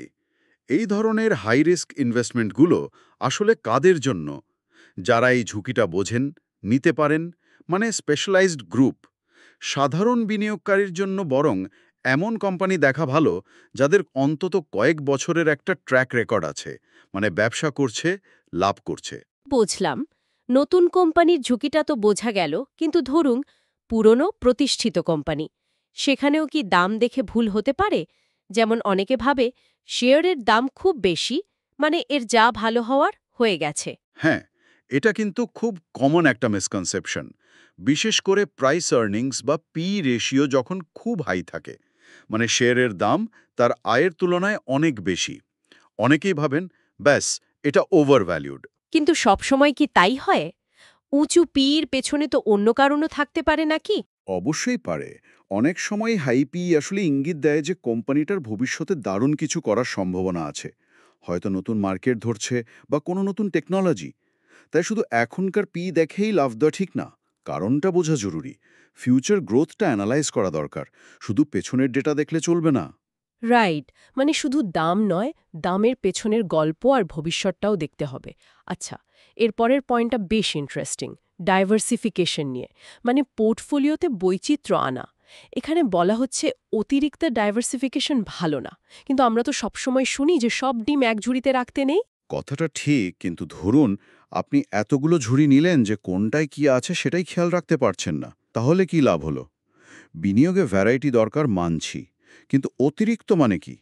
অনেকগুলো স্টকে অল্প অল্প করে টাকা রাখা, এতে হয় কি, কোনো কোম্পানি নিয়েই আপনার যথেষ্ট জানাশোনা থাকে না, তাদের ব্যবসাটা ঠিকঠাক ফলো করতে পারেন না। এটা তো বেশ অন্যরকম শোনাচ্ছে। এটাকে কি ডাইভার্সিফিকেশন বলে? ডাইভার্সিফাই করতে গিয়ে পোর্টফোলিওটা আরও খারাপ করে ফেলা? অনেকটা সেই রকমই, কারণ আপনার ফোকাসটা নষ্ট হয়ে যায়। অনেকগুলো স্টকের উপর নজর রাখা কঠিন। মনে রাখতে হবে, ভালোভাবে না জেনে অনেকগুলো স্টকে বিনিয়োগ করার চেয়ে কয়েকটা ভালো কোম্পানিকে চিনে বুঝে বিনিয়োগ করা অনেক সেফ। হ্যাঁ, মানে অপর্যাপ্ত জ্ঞান কিন্তু যথেষ্ট ডাইভার্সিফিকেশন না থাকার চেয়েও বেশি রিস্কি হতে পারে। নিজের বিচারবুদ্ধি কাজে লাগানোর গুরুত্বটা এখানেই আসছে। আর এই নিজের বিচারবুদ্ধি প্রয়োগের সাথেই তো পরের পয়েন্টটা জুড়ে আছে, মানে সবাই যা করছে সেদিকে না ছোটা, ভিড়ের অংশ না হওয়া। একদম। শেয়ার মার্কেটে এটা খুব হয়। হঠাৎ করে কোনো একটা সেক্টর বা কয়েকটা স্টক নিয়ে খুব হইচই শুরু হয়ে যায়, একটা ক্রেজ তৈরি হয়। এই হুজুগ বা ট্রেন্ডটা অনেক সময় কোম্পানির ফান্ডামেন্টালস না দেখেই চলে আসে। এই মার্কেটের মনস্তত্ত্বটা বোঝা খুব ইম্পর্ট্যান্ট। কিন্তু এই হুজুগটা কি সবসময় বোঝা যায়? মানে একজন সাধারণ বিনিয়োগকারী কি করে বুঝবেন যে এটা শুধু একটা হাওয়া, এর পেছনে আসল কারণ নেই? বুঝতে হলে কোম্পানির ভেতরে তাকাতে হবে। ব্যবসাটা কি, লাভ কেমন করছে, ম্যানেজমেন্ট কেমন, এই বেসিক জিনিসগুলো দেখতে হবে। খবরে কি বলছে বা সবাই কি করছে সেদিকে ভেসে গেলে চলবে না। ডেটা আর যুক্তি দিয়ে নিজের সিদ্ধান্ত নিতে হবে। যেমন ধরুন 40-এর দশকের শেষের দিকে আমেরিকার বাজারে মন্দার পর অনেক শেয়ারের দাম হু হু করে বেড়েছিল, যদিও কোম্পানিগুলোর অবস্থার তেমন উন্নতি হয়নি। এটা ছিল আসলে বিনিয়োগকারীদের সেন্টিমেন্টের খেলা। লম্বা সময়ের জন্য সফল হতে হলে এই ভিড়ের উল্টো দিকে হাঁটার সাহস আর ক্ষমতা দুটোই দরকার। তাহলে যদি পুরো আলোচনাটা একটু গুছিয়ে নিই, মূল কথাগুলো কি দাঁড়ালো? ১. নতুন বা খুব বেশি প্রচার হওয়া কোম্পানির মোহ এড়িয়ে চলা। ২. শেয়ারের দাম বেশি দেখেই ঘাবড়ে না যাওয়া বা ধরে না নেওয়া যে সব শেষ। ৩. অতিরিক্ত ডাইভার্সিফিকেশন বা ডিভার্সিফিকেশন না করা। আর ৪. বাজারের হুজুগে গা না ভাসিয়ে নিজের বিশ্লেষণকে গুরুত্ব দেওয়া। একদম। সারমর্ম হল ঠান্ডা মাথা, কোম্পানির ব্যবসা বোঝা, ভবিষ্যৎটা আঁচ করার চেষ্টা করা। আর সবচেয়ে বড় কথা, অন্যের কথায় বা বাজারের সাময়িক আবেগে প্রভাবিত না হয়ে নিজের বিচারবুদ্ধি কাজে লাগানো, এটাই আসল। আজকের আলোচনা থেকে আমার একটা প্রশ্ন মনে আসছে ভাবার জন্য। এই যে ভুলগুলোর কথা আমরা জানলাম, এগুলো তো জানা কথা অনেকের কাছেই, কিন্তু রিয়েল লাইফে যখন টাকা মার্কেটে লাগানো থাকে, তখন বাজারের চাপ, নিজের লোভ বা ভয়, এগুলোকে সামলে এই ভুলগুলো এড়িয়ে চলাটা আসলে কতটা কঠিন, আর কেন এত কঠিন হয়? স্টক মার্কেটে তো হাজার হাজার কোম্পানি, তাই না? এদের ভিড় থেকে সেই একটা বিশেষ স্টক খুঁজে বের করা, যেটা মানে অসাধারণ লাভ দেবে, যাকে বলে আনকমন প্রফিট, এটা তো বহু বিনিয়োগকারীর স্বপ্ন। একদম, স্বপ্ন তো বটেই। কিন্তু এই স্বপ্ন সত্যি করতে তো শুধু ভাগ্য দিয়ে হয় না, একটা ঠিকঠাক পদ্ধতি লাগে। আজকের আলোচনায় আমরা ঠিক সেটাই দেখব, ফিলিপ ফিশারের ওই বিখ্যাত বই common stocks and uncommon profits থেকে। হ্যাঁ, ফিশারের অ্যাপ্রোচটা বেশ অন্যরকম। আমরা ফোকাস করব গ্রোথ স্টক খোঁজার পদ্ধতির ওপর, মানে সেই সব কোম্পানির শেয়ার যাদের লাভ বা আয় বাজারের গড় হারের চেয়ে অনেক দ্রুত বাড়বে বলে আশা করা যায়। ঠিক। কিন্তু এই হাজার হাজার স্টকের মধ্যে থেকে এমন কয়েকটা খুঁজে বের করা, এটা তো সহজ কথা নয়। চলুন একটু গভীরে যাই, দেখি লেখক ঠিক কিভাবে এগিয়েছেন, মানে কোন বিষয়গুলোকে গুরুত্ব দিয়েছেন সঠিক স্টক বাছতে। আমাদের উদ্দেশ্য হল এই বইয়ের সবচেয়ে জরুরি যে জ্ঞান, যে ইনসাইটগুলো, সেগুলো তুলে আনা। আচ্ছা। তো মূল সমস্যাটা দিয়েই শুরু করি। এত স্টক মার্কেটে, অথচ আমাদের হাতে সময়, মনোযোগ দুটোই তো খুব সীমিত। এই বিশাল তালিকা থেকে পছন্দের স্টকগুলো খুঁজে বের করার ভালো কোনো উপায় কি হতে পারে? বেশ বড় চ্যালেঞ্জ মনে হচ্ছে। অবশ্যই, চ্যালেঞ্জ তো বটেই। একটা গোছানো পদ্ধতি ছাড়া এটা প্রায় অসম্ভব। মানে এমন একটা প্রসেস দরকার যা দিয়ে সম্ভাব্য ভালো স্টকগুলোকে অন্যদের থেকে আলাদা করা যায়। দেখুন, লেখক শুরুতে কি করতেন? উনি ওনার পরিচিত কিছু ব্যবসায়ী বা ধরুন বিজ্ঞানী, এমন কিছু নির্দিষ্ট সোর্সের উপর বেশি নির্ভর করতেন। ও আচ্ছা, মানে চেনা পরিচিতদের নেটওয়ার্ক। হ্যাঁ, কিন্তু পরে উনি বুঝতে পারলেন যে না, শুধু এতে হবে না। বিভিন্ন নানা ধরনের উৎস থেকে তথ্য জোগাড় করাটা আসলে খুব জরুরি। উনি বলছেনও এক পর্যায়ে ওনার ভালো ইনভেস্টমেন্ট আইডিয়ার প্রায় ৪৫ ভাগই আসছিল এমন সব জায়গা থেকে যা শুরুতে উনি ভাবেননি। ইন্টারেস্টিং। তার মানে তথ্যের উৎস অনেক রকম হতে পারে, কিন্তু আমরা সাধারণত যে ছাপানো অ্যানুয়াল রিপোর্ট দেখি বা ধরুন ব্রোকারেজ হাউসের রিসার্চ রিপোর্ট পড়ি, সেগুলো কতটা কাজের? দেখুন, এই যে সহজে পাওয়া তথ্য, এগুলোর একটা লিমিটেশন আছে। কারণটা সহজ, এগুলো তো সবার কাছেই অ্যাভেলেবল, তাই না? হ্যাঁ, তা তো বটে। তো এখানে বিশেষ কিছু অ্যাডভান্টেজ পাওয়া কঠিন। আবার আর্থার ডি লিটলের মতো বড় রিসার্চ ফার্মের তথ্য হয়তো খুব ভ্যালুয়েবল, কিন্তু সেগুলো তো তারা নিজেদের ক্লায়েন্টদের জন্যই রাখে, মানে গোপনীয়। ও আচ্ছা, পাবলিকলি পাওয়া যায় না। একদম। তো যেহেতু সহজে পাওয়া তথ্য বা বড় ফার্মের গোপনীয় রিপোর্ট যথেষ্ট নয়, ফিশার জোর দিয়েছেন একদম অন্য একটা অ্যাপ্রোচে। উনি এটা নাম দিয়েছেন স্ক্যাটলবার্ট। স্ক্যাটলবার্ট। হ্যাঁ, লেখক বলছেন ওই সহজলভ্য তথ্যে পুরোপুরি ভরসা না করে আসল ছবিটা বুঝতে হলে পর্দার আড়ালে যেতে হবে। আর তার অস্ত্র হলো এই স্ক্যাটলবার্ট। স্ক্যাটলবার্ট নামটা বেশ মজার তো। এটা আসলে কিভাবে কাজ করে, একটু কি গোয়েন্দাগিরির মতো? কিছুটা সেরকমই ভাবতে পারেন। তবে এটা কোনো গোয়েন্দা সংস্থার নাম নয়, বরং একটা অ্যাপ্রোচ বা মানসিকতা। আচ্ছা। মানে কোম্পানির আসল অবস্থাটা বোঝার জন্য তার চারপাশের অনেকের সাথে কথা বলা, যেমন ধরুন গ্রাহক, প্রতিযোগী, সাপ্লায়ার, এমনকি আগে চাকরি করত এমন কর্মী। ও মানে 360 ডিগ্রি ভিউ নেওয়া। বলতে পারেন অনেকটা একটা ছবির সব পাজল মিলিয়ে দেখার মতো। এর মাধ্যমে কোম্পানির ভেতরের খবর বা এমন তথ্য পাওয়া যায় যা সাধারণত পাবলিক ডোমেইনে থাকে না। প্রয়োজনে পরিচিতদের নেটওয়ার্ক বা এমনকি ব্যাংকের সাহায্য নেওয়ার কথাও উনি বলেছেন। বাহ। মূল লক্ষ্য হল ওই সাধারণ তথ্যের আড়ালে যে বাস্তব চিত্রটা আছে সেটা বোঝা। দারুণ তো। তার মানে শুধু ব্যালেন্স শিট বা প্রফিট লস স্টেটমেন্টের বাইরে গিয়ে কোম্পানির আসল স্বাস্থ্য পরীক্ষা করা। আচ্ছা, এই স্ক্যাটলবার্ট পদ্ধতিতে তথ্য জোগাড় করার পর যখন কোম্পানির সাথে সরাসরি যোগাযোগ করা হয়, তখন কি করতে হবে? শুধু কি অফিসে গেলেই চলবে? কোম্পানির ম্যানেজমেন্টের সাথে দেখা করতে যাওয়ার আগে খুব ভালো প্রস্তুতির ওপর জোর দিয়েছেন ফিশার। প্রস্তুতি কিরকম? উনি বলছেন ভিজিটের আগেই কোম্পানির বিষয়ে প্রায় 50% জরুরি তথ্য জেনে নেওয়া উচিত। 50%? অনেক তো। হ্যাঁ, এর উদ্দেশ্য কিন্তু শুধু তথ্য জোগাড় করা নয়, বরং ম্যানেজমেন্ট কতটা দক্ষ, তাদের দুর্বলতা কোথায়, তারা কতটা ওপেনলি কথা বলছে, এগুলো যাচাই করা। বোঝা গেল। আর সবচেয়ে গুরুত্বপূর্ণ হলো ওই যে স্ক্যাটলবার্ট করে যে তথ্যগুলো পাওয়া গেছে সেগুলোর সাথে ম্যানেজমেন্টের কথা মিলিয়ে দেখা, কোনো গ্যাপ থাকছে কিনা সেটা খুঁজে বের করা। বাবা, এটা তো রীতিমতো এক কঠিন ফিল্টারিং প্রসেস মনে হচ্ছে। মানে এতগুলো কোম্পানি দেখে শেষ পর্যন্ত হয়তো অল্প কয়েকটাতে বিনিয়োগ করা। লেখক কি এরকম কোনো উদাহরণ দিয়েছেন? হ্যাঁ, একটা দারুণ উদাহরণ আছে বইটাতে। লেখক একবার উল্লেখ করেছিলেন যে উনি প্রায় 250টা কোম্পানি নিয়ে প্রাথমিক পর্যবেক্ষণ করেন। 250টা? হ্যাঁ, তারপর সেখান থেকে 50টাকে আরও গভীর অ্যানালিসিসের জন্য বেছে নেন। আর শেষ পর্যন্ত ফাইনালি মাত্র একটা কোম্পানিতে বিনিয়োগ করেন। মাত্র একটা?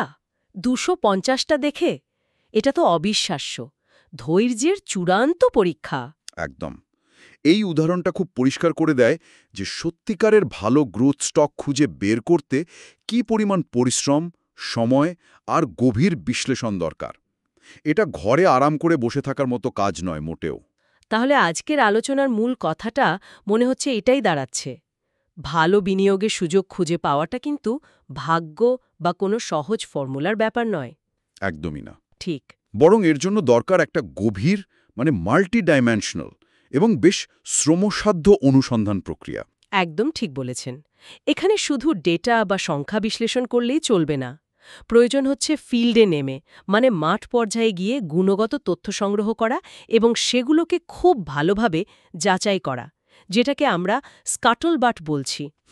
এটা কোয়ান্টিটেটিভ তথ্যের সাথে কোয়ালিটেটিভ তথ্যের একটা মেলবন্ধন। পর এতটা জোর দিচ্ছেন, তখন আজকের এই দ্রুত গতির তথ্যের যুগে, যেখানে ডেটা সংখ্যা সব চোখের পলকেই পাওয়া যায়, তখন একজন বিনিয়োগকারী কিভাবে শুধু এই সংখ্যার জগৎ পেরিয়ে একটা সম্ভাব্য বিনিয়োগকে সত্যিকার অর্থে বুঝতে পারে, মানে তার গুণগত মান যাচাই করতে পারে, এটা কিন্তু সত্যি ভাবনার বিষয়। খুব গুরুত্বপূর্ণ প্রশ্ন, এবং এর উত্তর খোঁজাটাও জরুরি। সবাইকে স্বাগত। আজকে আমরা কিছু উৎস ঘেঁটে দেখব, একটা কোম্পানিতে বিনিয়োগ করাটা কতটা বিচক্ষণ হতে পারে সেটা বোঝার জন্য কোন বিষয়গুলো আসলে গুরুত্বপূর্ণ। শুধু লাভের অঙ্ক নয়, বরং কোম্পানির ভেতরের শক্তি যা তাকে লম্বা সময় ধরে টিকিয়ে রাখে, সেটাই আমাদের ফোকাস। একদম।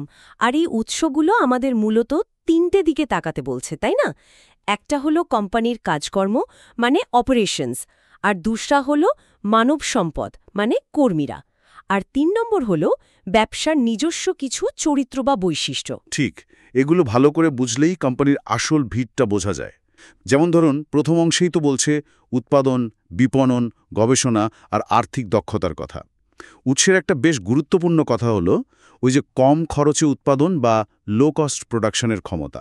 হ্যাঁ হ্যাঁ, এটা কিন্তু খুবই জরুরি একটা পয়েন্ট, কারণ উৎসগুলো বলছে যারা এটা পারে তারা বাজারের খারাপ সময়েও মানে মন্দার সময় অন্যদের চেয়ে বেশ সুবিধাজনক জায়গায় থাকে। মার্জিনটা ধরে রাখতে পারে। ঠিক, লাভের মার্জিনটা। তবে শুধু খরচ কমালেই তো হবে না, এর সাথে শক্তিশালী বিপণন বা স্ট্রং মার্কেটিং কতটা সময়ের সাথে চলছে সেটাও দেখতে হবে। মানে গ্রাহকের চাহিদা তো বদলায়, তাই না? কোম্পানিকেও তো বদলাতে হবে। অবশ্যই। ওই যে পুরনো দিনের গাড়ির উদাহরণটা ছিল উৎসগুলোতে, সময়ের সাথে না বদলালে তো। হ্যাঁ, হারিয়ে যেতে হয়। টেকনোলজি বদলাচ্ছে, বাজার বদলাচ্ছে, মানিয়ে নিতেই হবে। আর তার সাথে জুড়ে আছে গবেষণা আর প্রযুক্তিগত ক্ষমতা, মানে outstanding research and technical effort. আজকাল তো শুধু টেক কোম্পানি নয়, ব্যাংক বা রিটেল বিজনেসের মতো পরিষেবা খাতে ওটা খুব জরুরি হয়ে পড়েছে। একদম। উৎসগুলোতে যেমন ব্যাংকগুলোতে কম্পিউটারের ব্যবহারের উদাহরণ দেয়া হয়েছে, কিভাবে সেটা তাদের কাজকে আরও উন্নত করল। আর এই সব কিছুর পেছনে কিন্তু দরকার আর্থিক দক্ষতা, মানে ফাইন্যান্সিয়াল স্কিল, মানে কোম্পানির প্রতিটি খরচের পাই টু পাই হিসাব রাখা, কোথায় লাভ হচ্ছে কোথায় হচ্ছে না এই জিনিসগুলো জানা, আর বাজেট ঠিকঠাক করা। আর উৎসগুলো কিন্তু বিক্রির পরিমাণের চেয়ে বেশি জোর দিচ্ছে রিটার্ন অন ইনভেস্টমেন্ট বা আরওআই এর উপর, তাই না? ঠিক তাই, আরওআইটাই আসল ম্যাট্রিক দীর্ঘমেয়াদী সাফল্যের জন্য, শুধু কত বিক্রি হলো সেটা নয়। আচ্ছা, কোম্পানির কার্যক্রমের দিকটা তো গেল, কিন্তু উৎসগুলো কোম্পানির ভেতরের মানুষজন মানে দ্য পিপল ফ্যাক্টরের ওপরও তো বেশ জোর দিচ্ছে। অবভিয়াসলি দিচ্ছে। মানব সম্পদ ব্যবস্থাপনার ব্যাপারটা খুবই গুরুত্বপূর্ণ। এখানে যেমন লিডারশিপের কথা বলা হয়েছে, তাদের লম্বা সময়ে লক্ষ্য থাকতে হবে, আর যোগ্য উত্তরসূরি তৈরি করার দিকেও নজর দিতে হবে। মানে ভেতর থেকে প্রমোশন ভালো, কিন্তু বাইরের লোকও দরকার হতে পারে বলছেন। হ্যাঁ, উৎসগুলোর দুটো কথাই বলছে। ভেতর থেকে এলে কর্মীদের মোটিভেশন বাড়ে, আবার কখনো কখনো বাইরে থেকে নতুন আইডিয়া বা বিশেষ দক্ষতা আনাটাও জরুরি হয়ে পড়ে। আর কর্মীদের সাথে সম্পর্ক কেমন, এমপ্লয়ি রিলেশনস, সেটাও তো একটা বড় ব্যাপার। হ্যাঁ, কর্মীদের সম্মান দেওয়া, কাজের ভালো পরিবেশ তৈরি করা, তাদের কথা শোনার ব্যবস্থা রাখা, মানে ওই ওপেন ডোর পলিসি। হুম। এগুলো নাকি উৎপাদনশীলতা বাড়াতে সাহায্য করে। ওই টেক্সাস ইনস্ট্রুমেন্টসের উদাহরণটা বেশ ভালো লেগেছে। হ্যাঁ, ওদের ওই পিপল এফেক্টিভনেস প্রোগ্রাম, যেখানে কর্মী সন্তুষ্টি আর কোম্পানির পারফরম্যান্স একসাথে ট্র্যাক করা হতো। দারুণ একটা আইডিয়া কিন্তু। সত্যি। আর এর সাথেই আসে পরিবর্তনের সাথে মানিয়ে নেওয়ার ক্ষমতা, মানে অ্যাডাপ্টিং টু চেঞ্জ। পরিস্থিতি তো বদলাবেই। কোম্পানি কতটা ফ্লেক্সিবল, কতটা সহজে সেই বদলের সাথে নিজেদের খাপ খাইয়ে নিতে পারে সেটাও দেখতে হবে। ডাও কেমিক্যালের উদাহরণটা যেমন ছিল। রাইট। তাহলে কোম্পানির ভেতরের দিকগুলোও কভার হলো। এরপর আসছে ব্যবসার নিজস্ব কিছু বৈশিষ্ট্য বা ইনভেস্টমেন্ট ক্যারেক্টারিস্টিক্স। হ্যাঁ, তৃতীয় দিক, মানে কিছু ব্যবসার প্রকৃতিতেই এমন কিছু সুবিধা থাকে যা অন্যদের থাকে না। যেমন ধরুন ইকোনমিজ অফ স্কেল, মানে বড় আকারে উৎপাদন করার ফলে খরচ কমে আসা। ও আচ্ছা। উৎসগুলোতে ক্যাম্বেল স্যুপ বা IBM এর মতো কোম্পানির নাম আছে, যারা তাদের সাইজ আর বাজারের অবস্থানের কারণে এই সুবিধাটা পায়। কিন্তু একটা প্রশ্ন, বেশি লাভ দেখলে তো নতুন প্রতিযোগী চলে আসবে, তাই না? বাজারটা দখল করতে চাইবে। একদম ঠিক পয়েন্ট। আর এখানেই আসে ওই মধুর ভাণ্ডার বা হানি জার বাঁচানোর প্রশ্নটা। উৎসগুলো বলছে বিচক্ষণ বিনিয়োগকারী হিসেবে এটাও দেখতে হবে যে কোম্পানি তার এই বাড়তি সুবিধাটা ধরে রাখার জন্য কি করছে। কি রকম? যেমন ধরুন পেটেন্ট আছে কিনা, বা বাজারের ওপর কতটা নিয়ন্ত্রণ আছে, নতুন প্রতিযোগীরা যাতে সহজে ঢুকতে না পারে তার জন্য কোনো বাধা বা এন্ট্রি ব্যারিয়ার তৈরি করা আছে কিনা। বোঝা গেল। তাহলে সারসংক্ষেপে যদি বলি, উৎসগুলো আমাদের বলছে যে একটা ভালো মানে বিচক্ষণ বিনিয়োগ খুঁজে বের করতে হলে কোম্পানির অপারেশনাল দক্ষতা দেখতে হবে, তার মানব সম্পদ ব্যবস্থাপনা কেমন সেটা দেখতে হবে, হ্যাঁ, আর ব্যবসার নিজস্ব চরিত্র বা সুবিধাগুলো কি কি সেটাও খতিয়ে দেখতে হবে। এই তিনটে দিক। একদম। এই তিনটে পিলার মিলেই কিন্তু কোম্পানির দীর্ঘমেয়াদে সম্ভাবনা তৈরি হয়। আলোচনা তো প্রায় শেষ দিকে, তবে একটা প্রশ্ন বা ভাবনা আমি রেখে যেতে চাই। বলুন। ধরুন এমন একটা কোম্পানি পাওয়া গেল যেটা হয়তো এই তিনটে দিকের মধ্যে কোনো একটাই খুব খুব ভালো, কিন্তু অন্য দিকগুলোতে হয়তো ততটা নয় বা কিছুটা দুর্বল। একজন বিনিয়োগকারী হিসেবে তখন কিভাবে বিচার করা উচিত? কোন দিকটাকে বেশি ওয়েট দেওয়া উচিত? ইন্টারেস্টিং প্রশ্ন। মানে সব দিকেই সমান পারদর্শী কোম্পানি খুঁজে পাওয়া তো কঠিন। ঠিক। তাই এই ব্যালেন্সটা বোঝা বা আপেক্ষিক গুরুত্বটা বিচার করাই হয়তো আসল চ্যালেঞ্জ। এটা নিয়ে ভাবার অবকাশ রইল। একটা স্টকের দাম যে বাড়ে বা কমে, এর আসল কারণটা কি বলুন তো? আমরা তো সচরাচর কোম্পানির লাভ মানে আয় বা তার সম্পদ, ব্যবসার বৃদ্ধি এসব নিয়ে বেশি ভাবি। ঠিক। ওগুলো তো গুরুত্বপূর্ণ অবশ্যই। কিন্তু এমন একটা ব্যাপার আছে যা প্রায়ই আমরা হয়তো দেখি না বা ভুল বুঝি। আজকের এই আলোচনায় আমরা শেয়ার বাজারের সেই রকমই একটা প্রায় উহ্য চতুর্থ মাত্রা নিয়ে কথা বলবো। হ্যাঁ, এই চতুর্থ মাত্রাটা হলো প্রাইস আর্নিংস রেশিও বা পিই, আর তার পেছনে থাকা পুরো আর্থিক দুনিয়ার বিনিয়োগকারীদের একটা সামগ্রিক ধারণা বা মূল্যায়ন। মানে যাকে অ্যাপ্রেজাল বলছেন? একদম, অ্যাপ্রেজাল। দেখুন, পিই রেশিওটা শেয়ারের দামকে শেয়ার প্রতি আয় দিয়ে ভাগ করলে যা পাওয়া যায় সেটা শুধু একটা সংখ্যা নয়। আসলে এটা বাজারের মনোভাবটা দেখিয়ে দেয়। ভবিষ্যতের প্রতি মনোভাব? ঠিক। কোম্পানিটার ভবিষ্যৎ নিয়ে বাজার কতটা আশাবাদী বা নিরাশাবাদী সেই প্রত্যাশাটা এর মধ্যে ধরা থাকে। আর এই মূল্যায়নটা কিন্তু খুব দ্রুত বদলাতে পারে। কোম্পানির ব্যবসার অবস্থা না বদলালেও? হ্যাঁ, অনেক সময় দেখা যায় কোম্পানির মূল ব্যবসায়িক পারফরমেন্সের চেয়েও এই মূল্যায়ন অনেক দ্রুত উপরে ওঠে বা নিচে নামে। আর এতেই বিনিয়োগকারীদের লাভ বা লোকসান হয়। এই জিনিসটা কিভাবে কাজ করে সেটাই আজ আমরা একটু খুঁটিয়ে দেখব। আমাদের আলোচনার জন্য আমরা একটা ক্লাসিক বইয়ের কিছু অংশও দেখব। আচ্ছা, বিষয়টা তাহলে একটা উদাহরণ দিয়ে বুঝলে কেমন হয়? ধরা যাক একটা কোম্পানি, নাম দিলাম জি। বেশ। ধরুন বছর দুয়েক আগে কোম্পানিটার শেয়ার পিছু $1 আয় করছিল, আর বাজারে তার দাম ছিল আয়ের 10 গুণ, মানে পিই ছিল 10। সাধারণ অবস্থা। কিন্তু সম্প্রতি তাদের ব্যবসা খুব ভালো হয়েছে, নতুন প্রোডাক্ট এনেছে, আয় বেড়ে হয়েছে $1.82, প্রায় 80% বেড়েছে আয়। বাহ, বেশ ভালো বৃদ্ধি। কিন্তু আসল চমকটা হলো এখন বাজারে ওই শেয়ারটাই বিক্রি হচ্ছে আয়ের 22 গুণ দামে। পিই হয়ে গেছে 22।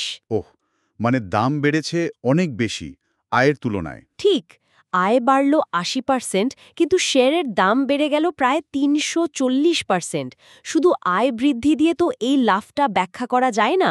তাহলে কারণটা কি? কারণটা হলো ওই যে বললাম, মূল্যায়ন বা অ্যাপ্রেজাল। কোম্পানি জি এর ক্ষেত্রে যেটা হয়েছে, আর্থিক দুনিয়ার বা বিনিয়োগকারীদের মনে কোম্পানিটার সম্পর্কে ধারণাটাই পুরো পাল্টে গেছে। ধারণা পাল্টে গেছে মানে? হতে পারে ওই নতুন প্রোডাক্টটা নিয়ে তারা ভীষণ আশাবাদী, বা হয়তো কোম্পানির ম্যানেজমেন্টের উপর তাদের আস্থা অনেক বেড়ে গেছে। কারণ যাই হোক, তারা এখন ভবিষ্যতের ব্যাপারে এতটাই উৎসাহিত যে ওই একই আয়ের জন্য তারা আগের চেয়ে দ্বিগুণেরও বেশি দাম দিতে রাজি। আচ্ছা। এই যে বাড়তি আশা, এই যে পরিবর্তিত মূল্যায়ন, এটাই পি রেশিওকে 10 থেকে 1 লাফে 22-এ তুলে দিয়েছে। এটা কিন্তু সবসময় যুক্তির উপর ভিত্তি করে নাও হতে পারে। অনেক সময় বাজারের একটা হাওয়া বা সেন্টিমেন্ট কাজ করে। তার মানে এই ব্যাপারটা একটু রিস্কিও তো, একদিকে যেমন সুযোগ তৈরি করে। অবশ্যই রিস্কি। ধরুন কেউ পি যখন 10 বা 12 ছিল তখন শেয়ারটা বেচে দিল, ভাবল দাম তো যথেষ্ট বেড়েছে। কিন্তু পরে যখন পি বেড়ে 22 বা তারও বেশি হলো, সে তো একটা বড় লাভের সুযোগ হারালো। আবার উল্টোটাও তো হতে পারে, 22 পি দেখে কেউ শেয়ার কিনলো, ভাবলো আরও বাড়বে। হ্যাঁ, সেটাই বেশি হয়। 22 পিতে কিনলো, তারপর যদি কোনো কারণে বাজারের মোমেন্টাম ঘুরে যায়, ধরুন নতুন প্রোডাক্টটা চলল না বা অর্থনীতির অবস্থা খারাপ হলো, তখন ওই উঁচু মূল্যায়নটা হুড়মুড়িয়ে পড়ে যেতে পারে। পি হয়তো আবার 12 বা 15-তে নেমে এলো, আর তাতে নতুন বিনিয়োগকারীর বিরাট লোকসান। একটা উদাহরণ কি আছে এরকম? হ্যাঁ, মোটোরোলার একটা পুরনো কেস ছিল। একবার খবর বেরোলো তারা তাদের টিভি ব্যবসা বেচে দিচ্ছে। খুব ছোট অংশ ছিল সেটা তাদের ব্যবসার। তাতে কি হলো? কিন্তু বাজারে একটা ধারণা তৈরি হলো যে বাহ, কোম্পানি তাহলে এবার তার আসল ব্যবসায় সেমিকন্ডাক্টর ব্যবসায় আরও মন দেবে। এই পজিটিভ ধারণার ফলে পুরো কোম্পানির শেয়ারের দাম বেড়ে গেল। যদিও তাদের মূল ব্যবসায় তখনও তেমন কিছু বদলায়নি, শুধু একটা খবর আর তার থেকে তৈরি হওয়া ধারণা। দারুণ ইন্টারেস্টিং তো। তার মানে এই মূল্যায়ন শুধু একটা কোম্পানির ক্ষেত্রে না, পুরো একটা ইন্ডাস্ট্রির জন্য বদলাতে পারে। কিন্তু নতুন প্রযুক্তি এলো বা বাজারের চাহিদা বদলালো অথবা স্রেফ একটা নতুন গল্প তৈরি হলো ইন্ডাস্ট্রিটা নিয়ে, তখন হয়তো সেটাই সবচেয়ে হট সেক্টর হয়ে গেল। পিই রেশিও অনেক বেড়ে গেল। আবার উল্টোটাও হতে পারে। অবশ্যই, যা একসময় খুব জনপ্রিয় ছিল পরে হয়তো আগ্রহ হারিয়ে ফেলল বাজার। এর কারণ সবসময় যে ব্যবসার লাভ বা লোকসান তা নাও হতে পারে। অনেক সময় এটা বাজারের চলতি ফ্যাশন বা ধারণার উপর নির্ভর করে। তাহলে বুদ্ধিমান বিনিয়োগকারীর কাজ হল বোঝা যে কখন দামটা বাড়ছে কোম্পানির আসল শক্তির জোরে আর কখন কেবল একটা ধারণার হাওয়ায়। একদম, এটাই মূল কথা। বুঝতে হবে কোনটা ভিতের ওপর দাঁড়িয়ে আর কোনটা নিছক হাওয়ায় ভাসছে। তাহলে আমরা এটাই বলতে পারি যে শেয়ারের দাম বুঝতে গেলে শুধু কোম্পানির আয়, সম্পদ বা বৃদ্ধি দেখাই যথেষ্ট না, এর সাথে সাথে এই চতুর্থ মাত্রা মানে আর্থিক সম্প্রদায়ের সামগ্রিক মূল্যায়ন আর তার পরিবর্তনের ধারাটাও বোঝাটা খুব জরুরি। কারণ এই মূল্যায়নটাই পিইকে নিয়ন্ত্রণ করে, আর সেটাই শেষ পর্যন্ত শেয়ারের দামে একটা বড়সড় প্রভাব ফেলে। এটা বাজারের মনস্তত্ত্বকে বোঝার মতো একটা ব্যাপার। এই গভীর বিশ্লেষণের জন্য আপনাকে অনেক ধন্যবাদ। আজকের আলোচনা তাহলে এখানেই শেষ করা যাক। নিশ্চয়ই, তবে শেষ করার আগে একটা প্রশ্ন সবার ভাবনার জন্য রেখে যাই। বলুন। এখনকার বাজারের দিকে যদি আমরা তাকাই, তাহলে এমন কোনো ইন্ডাস্ট্রি বা বিশেষ কোনো কোম্পানি কি চোখে পড়ছে যাদের শেয়ারের দাম দেখে মনে হচ্ছে সেটা তাদের ব্যবসার আসল অবস্থার চেয়ে, মানে মৌলিক কারণগুলোর চেয়ে বেশি করে আর্থিক সম্প্রদায়ের সাম্প্রতিক ধারণা বা হয়তো একটু বেশি আশাবাদের ওপর ভর করে চলছে? এই প্রশ্নটা নিয়ে নিজেরা একটু ভাবলে হয়তো নিজেদের বিনিয়োগ কৌশলটাও আরও পরিষ্কার হবে। আজকের আলোচনাটা একটা নির্দিষ্ট বিনিয়োগ কৌশলের উৎস নিয়ে, মানে কিভাবে এটা গড়ে উঠল সেই গল্পটা আমরা কিছু পুরনো লেখা, কিছু স্মৃতিকথা থেকে বোঝার চেষ্টা করব। হ্যাঁ, মানে মূল আইডিয়াটা ছিল এমন কিছু কোম্পানি খুঁজে বের করা যাদের লম্বা সময় ধরে গ্রোথ হবে, হয়তো বাজারের থেকেও বেশি। আর ঝুঁকিটাও তুলনামূলকভাবে কম থাকবে, তাই তো? ঠিক। তো এই দর্শনটা কোথা থেকে এলো, কি অভিজ্ঞতা এর পেছনে কাজ করেছে, সেটাই আমরা একটু খুঁটিয়ে দেখব আজ। এটা কিন্তু কোনো নির্দিষ্ট মত প্রচার নয়, শুধু তথ্যের বিশ্লেষণ। একদম। তাহলে গোড়া থেকেই শুরু করা যাক। এই যে শেয়ার বাজারের প্রতি আগ্রহ, এটা প্রথম কবে থেকে? ছোটবেলার ওই স্টক কোটেশন দেখা? হ্যাঁ, ওই শৈশবে খবরের কাগজে স্টকের দাম ওঠানামা দেখতাম, একটা কৌতূহল হতো। আর ওই যে পারিবারিক ব্যবসার তুলনা করার খেলা? হ্যাঁ, ওটা আরও পরে। বন্ধুদের ব্যবসার সাথে নিজেদের পারিবারিক ব্যবসার লাভ লোকসান মেলানো আর কি। কিন্তু আসল ব্যাপারটা ছিল বাবার একটা উপদেশ। কি উপদেশ ছিল? বাবা বলতেন, শেয়ার বাজারে টাকা লাগানোটা যেন জুয়া না হয়ে যায়। মানে ব্যবসার আসল ব্যাপারটা বুঝতে হবে, কেন একটা ব্যবসা চলে, কেন চলে না, এইগুলো। আচ্ছা, তার মানে ব্যবসার ভেতরে জিনিসটা বোঝার দিকে ঝোঁকটা তখন থেকেই। অনেকটা তাই। এরপর তো আপনি স্ট্যানফোর্ড বিজনেস স্কুলে গেলেন 1927-28 সাল নাগাদ। প্রাতিষ্ঠানিক শিক্ষা কতটা কাজে দিয়েছিল? স্ট্যানফোর্ডের অভিজ্ঞতা অবশ্যই ছিল, তবে তার চেয়েও বেশি কাজে দিয়েছিল প্রফেসর নর্থ এম্বেটের ক্লাস আর কিছু স্থানীয় ব্যবসা ঘুরে দেখা। যেমন ধরুন জন বিন স্প্রে পাম্প কোম্পানি। প্রফেসর এম্মেট, তার কোন কথাটা মনে ধরেছিল? প্রফেসর এম্বেট বলতেন, শুধু ভালো বিক্রি করলেই হবে না, ব্যবসার এমন একটা দিক থাকতে হবে, মানে এমন পণ্য বা সার্ভিস যার চাহিদা লম্বা সময় থাকবে, আর কোম্পানিটার নিজের ভাগ্য নিজে নিয়ন্ত্রণ করার ক্ষমতা থাকতে হবে। এই আইডিয়াটাই কি পরে গ্রোথ কোম্পানির ধারণার জন্ম দেয়? হ্যাঁ, একদম। মানে যারা শুধু আজকের বিক্রি নয়, ভবিষ্যতের বাজারে চাহিদা বুঝে নিজেদের বদলাতে পারে, কম্পিটিশন থেকে এগিয়ে থাকতে পারে। কিন্তু প্রাতিষ্ঠানিক শিক্ষার পর তো আপনি ব্যাংকে যোগ দিয়েছিলেন পরিসংখ্যবিদ হিসাবে। হ্যাঁ, 1928 সালে। কিন্তু ওই অভিজ্ঞতাটা ঠিক আমার ভাবনার সাথে মিলছিল না। কেন? কি সমস্যা হচ্ছিল? আসলে ব্যাংকে তখন জোরটা ছিল মূলত নতুন যে বন্ডগুলো আসছে সেগুলো বিক্রি করার ওপর।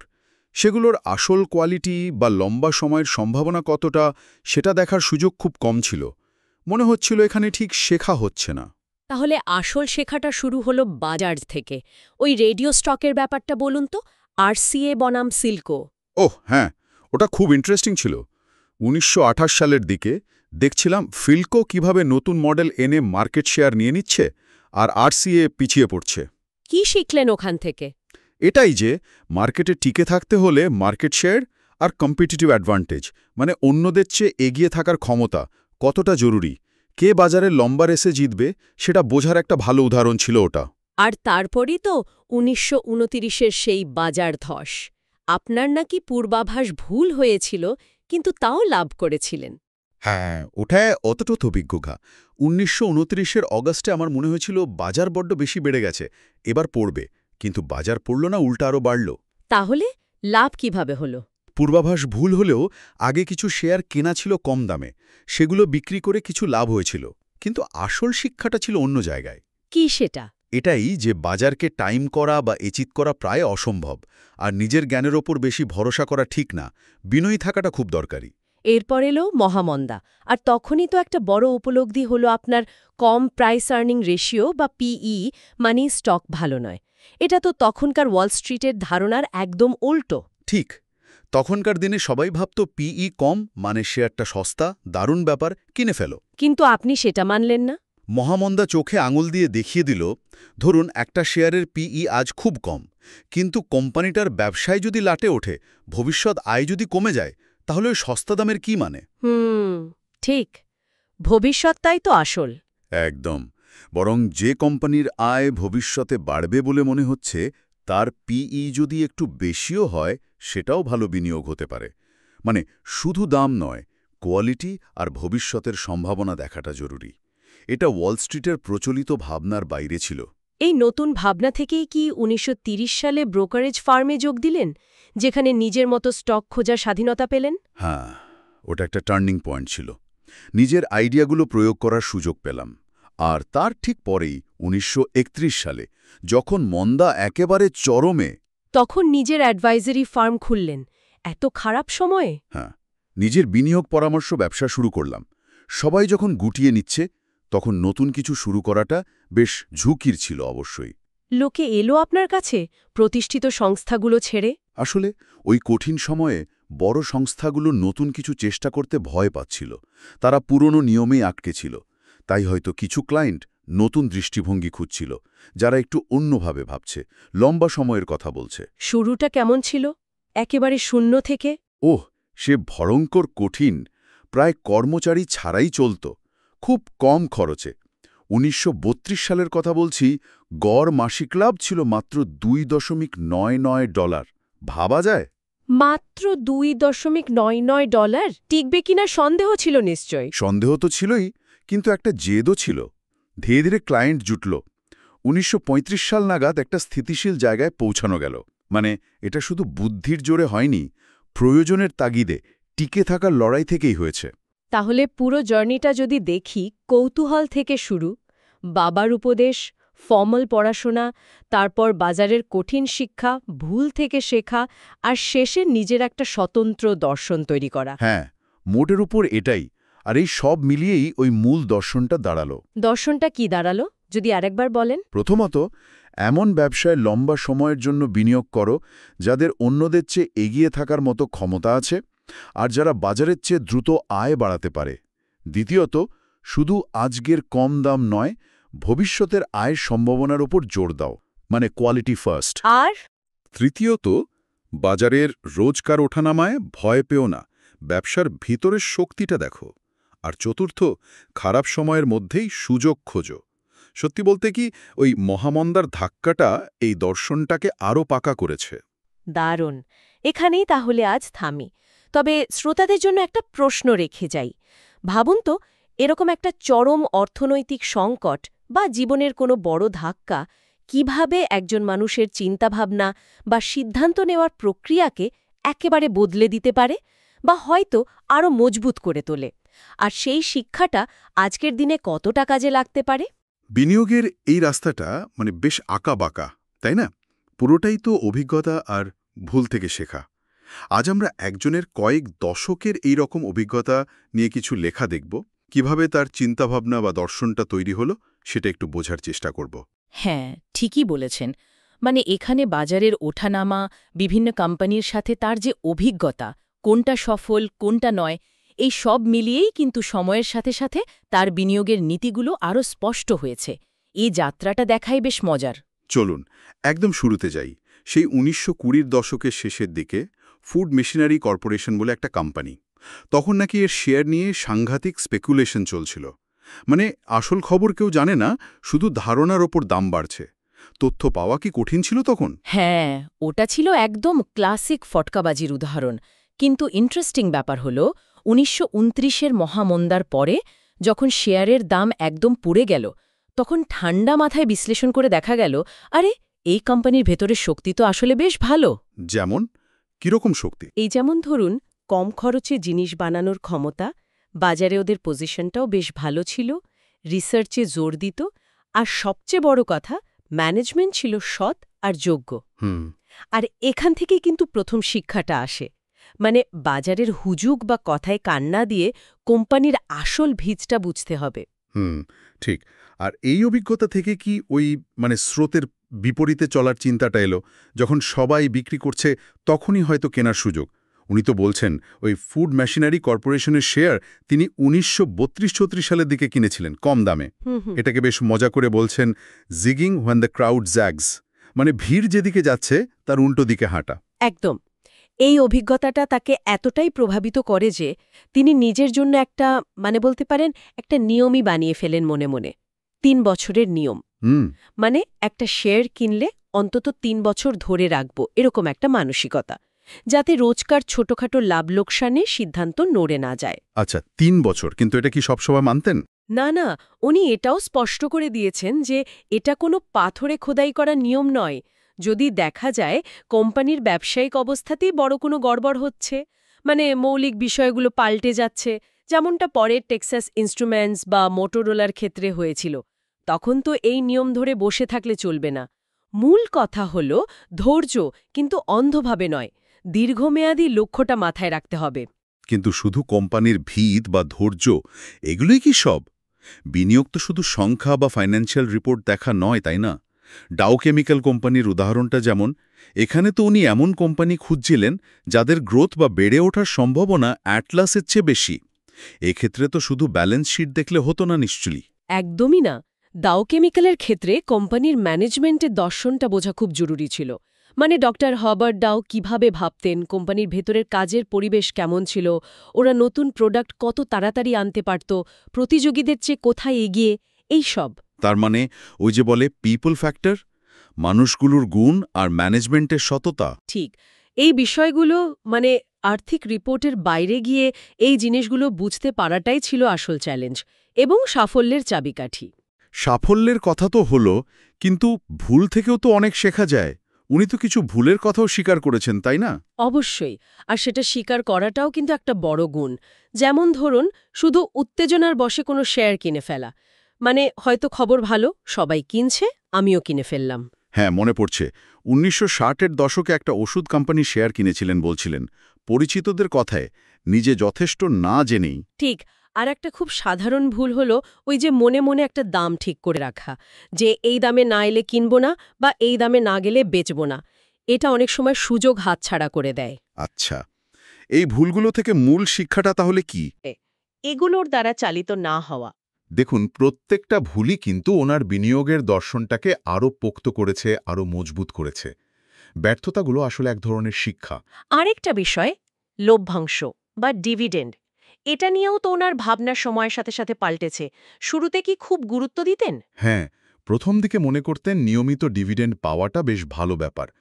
কিন্তু পরে উনি বুঝতে পারলেন যেসব কোম্পানির খুব দ্রুত বেড়ে ওঠার সম্ভাবনা আছে, তাদের ক্ষেত্রে লাভটা শেয়ার হোল্ডার্সদের দিয়ে দেওয়ার চেয়ে ব্যবসায় আবার বিনিয়োগ করাটাই হয়তো ভালো। দীর্ঘমেয়াদী শেয়ারের দাম বাড়ার সম্ভাবনা তাতে বেশি থাকে। বিশেষ করে তখনকার ট্যাক্সের নিয়ম অনুযায়ী হয়তো। হ্যাঁ, সেটাও একটা কারণ ছিল। মূল বিষয় হলো সবসময় বেশি ডিভিডেন্ড মানেই ভালো কোম্পানি বা ভালো বিনিয়োগ, এই ধারণাটা ঠিক নয়।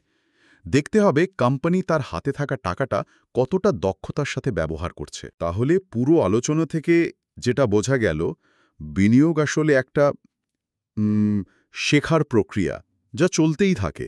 কোম্পানির গভীরে গিয়ে দেখা, ধৈর্য রাখা, বাজারের হাওয়ার উল্টো দিকে যাওয়ার সাহস, ম্যানেজমেন্টের গুণমান বিচার করা আর নিজের ভুল থেকে শেখা, এগুলো মিলেই কি দীর্ঘমেয়াদী সাফল্যের পথটা তৈরি হয়? একদম তাই। আর এখানে আজকের আলোচনা শেষে একটা প্রশ্ন মনে আসছে। আজকের এই বাজার দেখুন, কত দ্রুত সব পাল্টাচ্ছে, কত তথ্য, কত খবর, মুহূর্তের মধ্যে ট্রেন্ড তৈরি হচ্ছে, ভেঙে যাচ্ছে। এই রকম একটা সময়ে দাঁড়িয়ে এই ধরনের দীর্ঘদিনের ব্যক্তিগত অভিজ্ঞতা, ঐতিহাসিক দর্শন, এগুলোর প্রাসঙ্গিকতা ঠিক কতটুকু? নাকি এখন শুধু বর্তমানের ডেটা বা ট্রেন্ড দেখেই সিদ্ধান্ত নেওয়া উচিত? এটা কিন্তু ভাবার মতো একটা বিষয়, তাই না? শেয়ার বাজার কি আসলে কার্যকরী? মানে শেয়ারের দাম কি সবসময় সব পাওয়া তথ্যকে ঠিকঠাক তুলে ধরে? এটা একটা বড় প্রশ্ন। আজ আমরা একজন অভিজ্ঞ বিনিয়োগকারীর কয়েক দশকের অভিজ্ঞতা থেকে আসা কিছু ভাবনা, মানে ওনার দর্শন নিয়ে আলোচনা করব। ঠিক, উনি কিন্তু এই এফিশিয়েন্ট মার্কেট হাইপোথেসিস বা ইএমএইচ তত্ত্বকে বেশ জোরালোভাবেই চ্যালেঞ্জ জানিয়েছেন। হ্যাঁ, সেটাই দেখছিলাম। এই লেখকের বিনিয়োগ ভাবনাগুলো আসলে 1970-এর দশকের শুরুতেই তৈরি, তারও আগের প্রায় 40 বছরের বাজারের অভিজ্ঞতা থেকে আর কি। 40 বছর অনেক সময়। হ্যাঁ, এই লম্বা সময়ে অনেক কিছুই ঘটেছে। মহামন্দা ছিল, বিশ্বযুদ্ধ, বিভিন্ন সরকারি নীতি, অনেক উথাল-পাথাল। তো কিন্তু উনি দেখেছেন এত কিছুর পরেও বিনিয়োগের সুযোগ তৈরির ক্ষেত্রে কিছু প্যাটার্ন, মানে ধরন বারবার ফিরে আসে। ইন্টারেস্টিং। একটা ফরাসি প্রবাদ আছে না, প্লুস আর change, প্লুস এলা মেম শোস। হ্যাঁ, শুনেছি। মানে যত পরিবর্তন হয় ততই একই থাকে। ঠিক। বাজারের মূল আচরণে উনি একটা ধারাবাহিকতা খুঁজে পেয়েছেন। সময়ের সাথে সাথে বাইরের পরিস্থিতি বদলালেও ভেতরের খেলাটা একই রকম থাকে আর কি। তাহলে গোড়ার প্রশ্নটাতেই আসি, এই কার্যকরী বাজারতত্ত্ব বা ইএমএইচ আসলে কি বলে? এটা কি সেই ধারণা যে সাধারণ বিনিয়োগকারীর পক্ষে বাজারকে হারানো প্রায় অসম্ভব? মোটামুটি তাই। মানে তত্ত্বটা বলে শেয়ারের দাম নাকি বাজারে আসা সমস্ত খবর বা তথ্যকে প্রায় সঙ্গে সঙ্গেই নিজের মধ্যে শুষে নেয়। সঙ্গে সঙ্গে? হ্যাঁ, তত্ত্ব অনুযায়ী। তাই আলাদা করে কোনো শেয়ারকে সস্তা বা দামি ভাবার সুযোগ খুব কম, আর তাই বাজারকে হারানোর চেষ্টা করাও বৃথা। কিন্তু লেখক বলছেন অন্য কথা। একদম। উনি এর সঙ্গে একমত নন। উনি বলছেন শুধু লেনদেন খুব তাড়াতাড়ি হচ্ছে মানেই বাজার কার্যকরী বা ইফিশিয়েন্ট হয়ে যায় না। আচ্ছা। যারা সতর্ক, জ্ঞানী আর লম্বা সময়ের জন্য বিনিয়োগ করেন তাদের জন্য সুযোগ ঠিকই থাকে। নিশ্চয়ই ওনার অভিজ্ঞতা থেকে কিছু উদাহরণ আছে সপক্ষে। যেমন ধরুন, ওই স্ট্যানফোর্ড ইউনিভার্সিটির একটা পরীক্ষার কথা লেখা আছে 1961 সালের। হ্যাঁ, ওটা খুব ইন্টারেস্টিং একটা কেস। স্টুডেন্টদের দুটো গ্রুপে ভাগ করে নিউ ইয়র্ক স্টক এক্সচেঞ্জের শেয়ার অ্যানালিসিস করতে দেওয়া হয়েছিল। প্রায় 5 বছরের ডেটা নিয়ে কাজ, 1956 অক্টোবর থেকে। ফলাফল কি ছিল?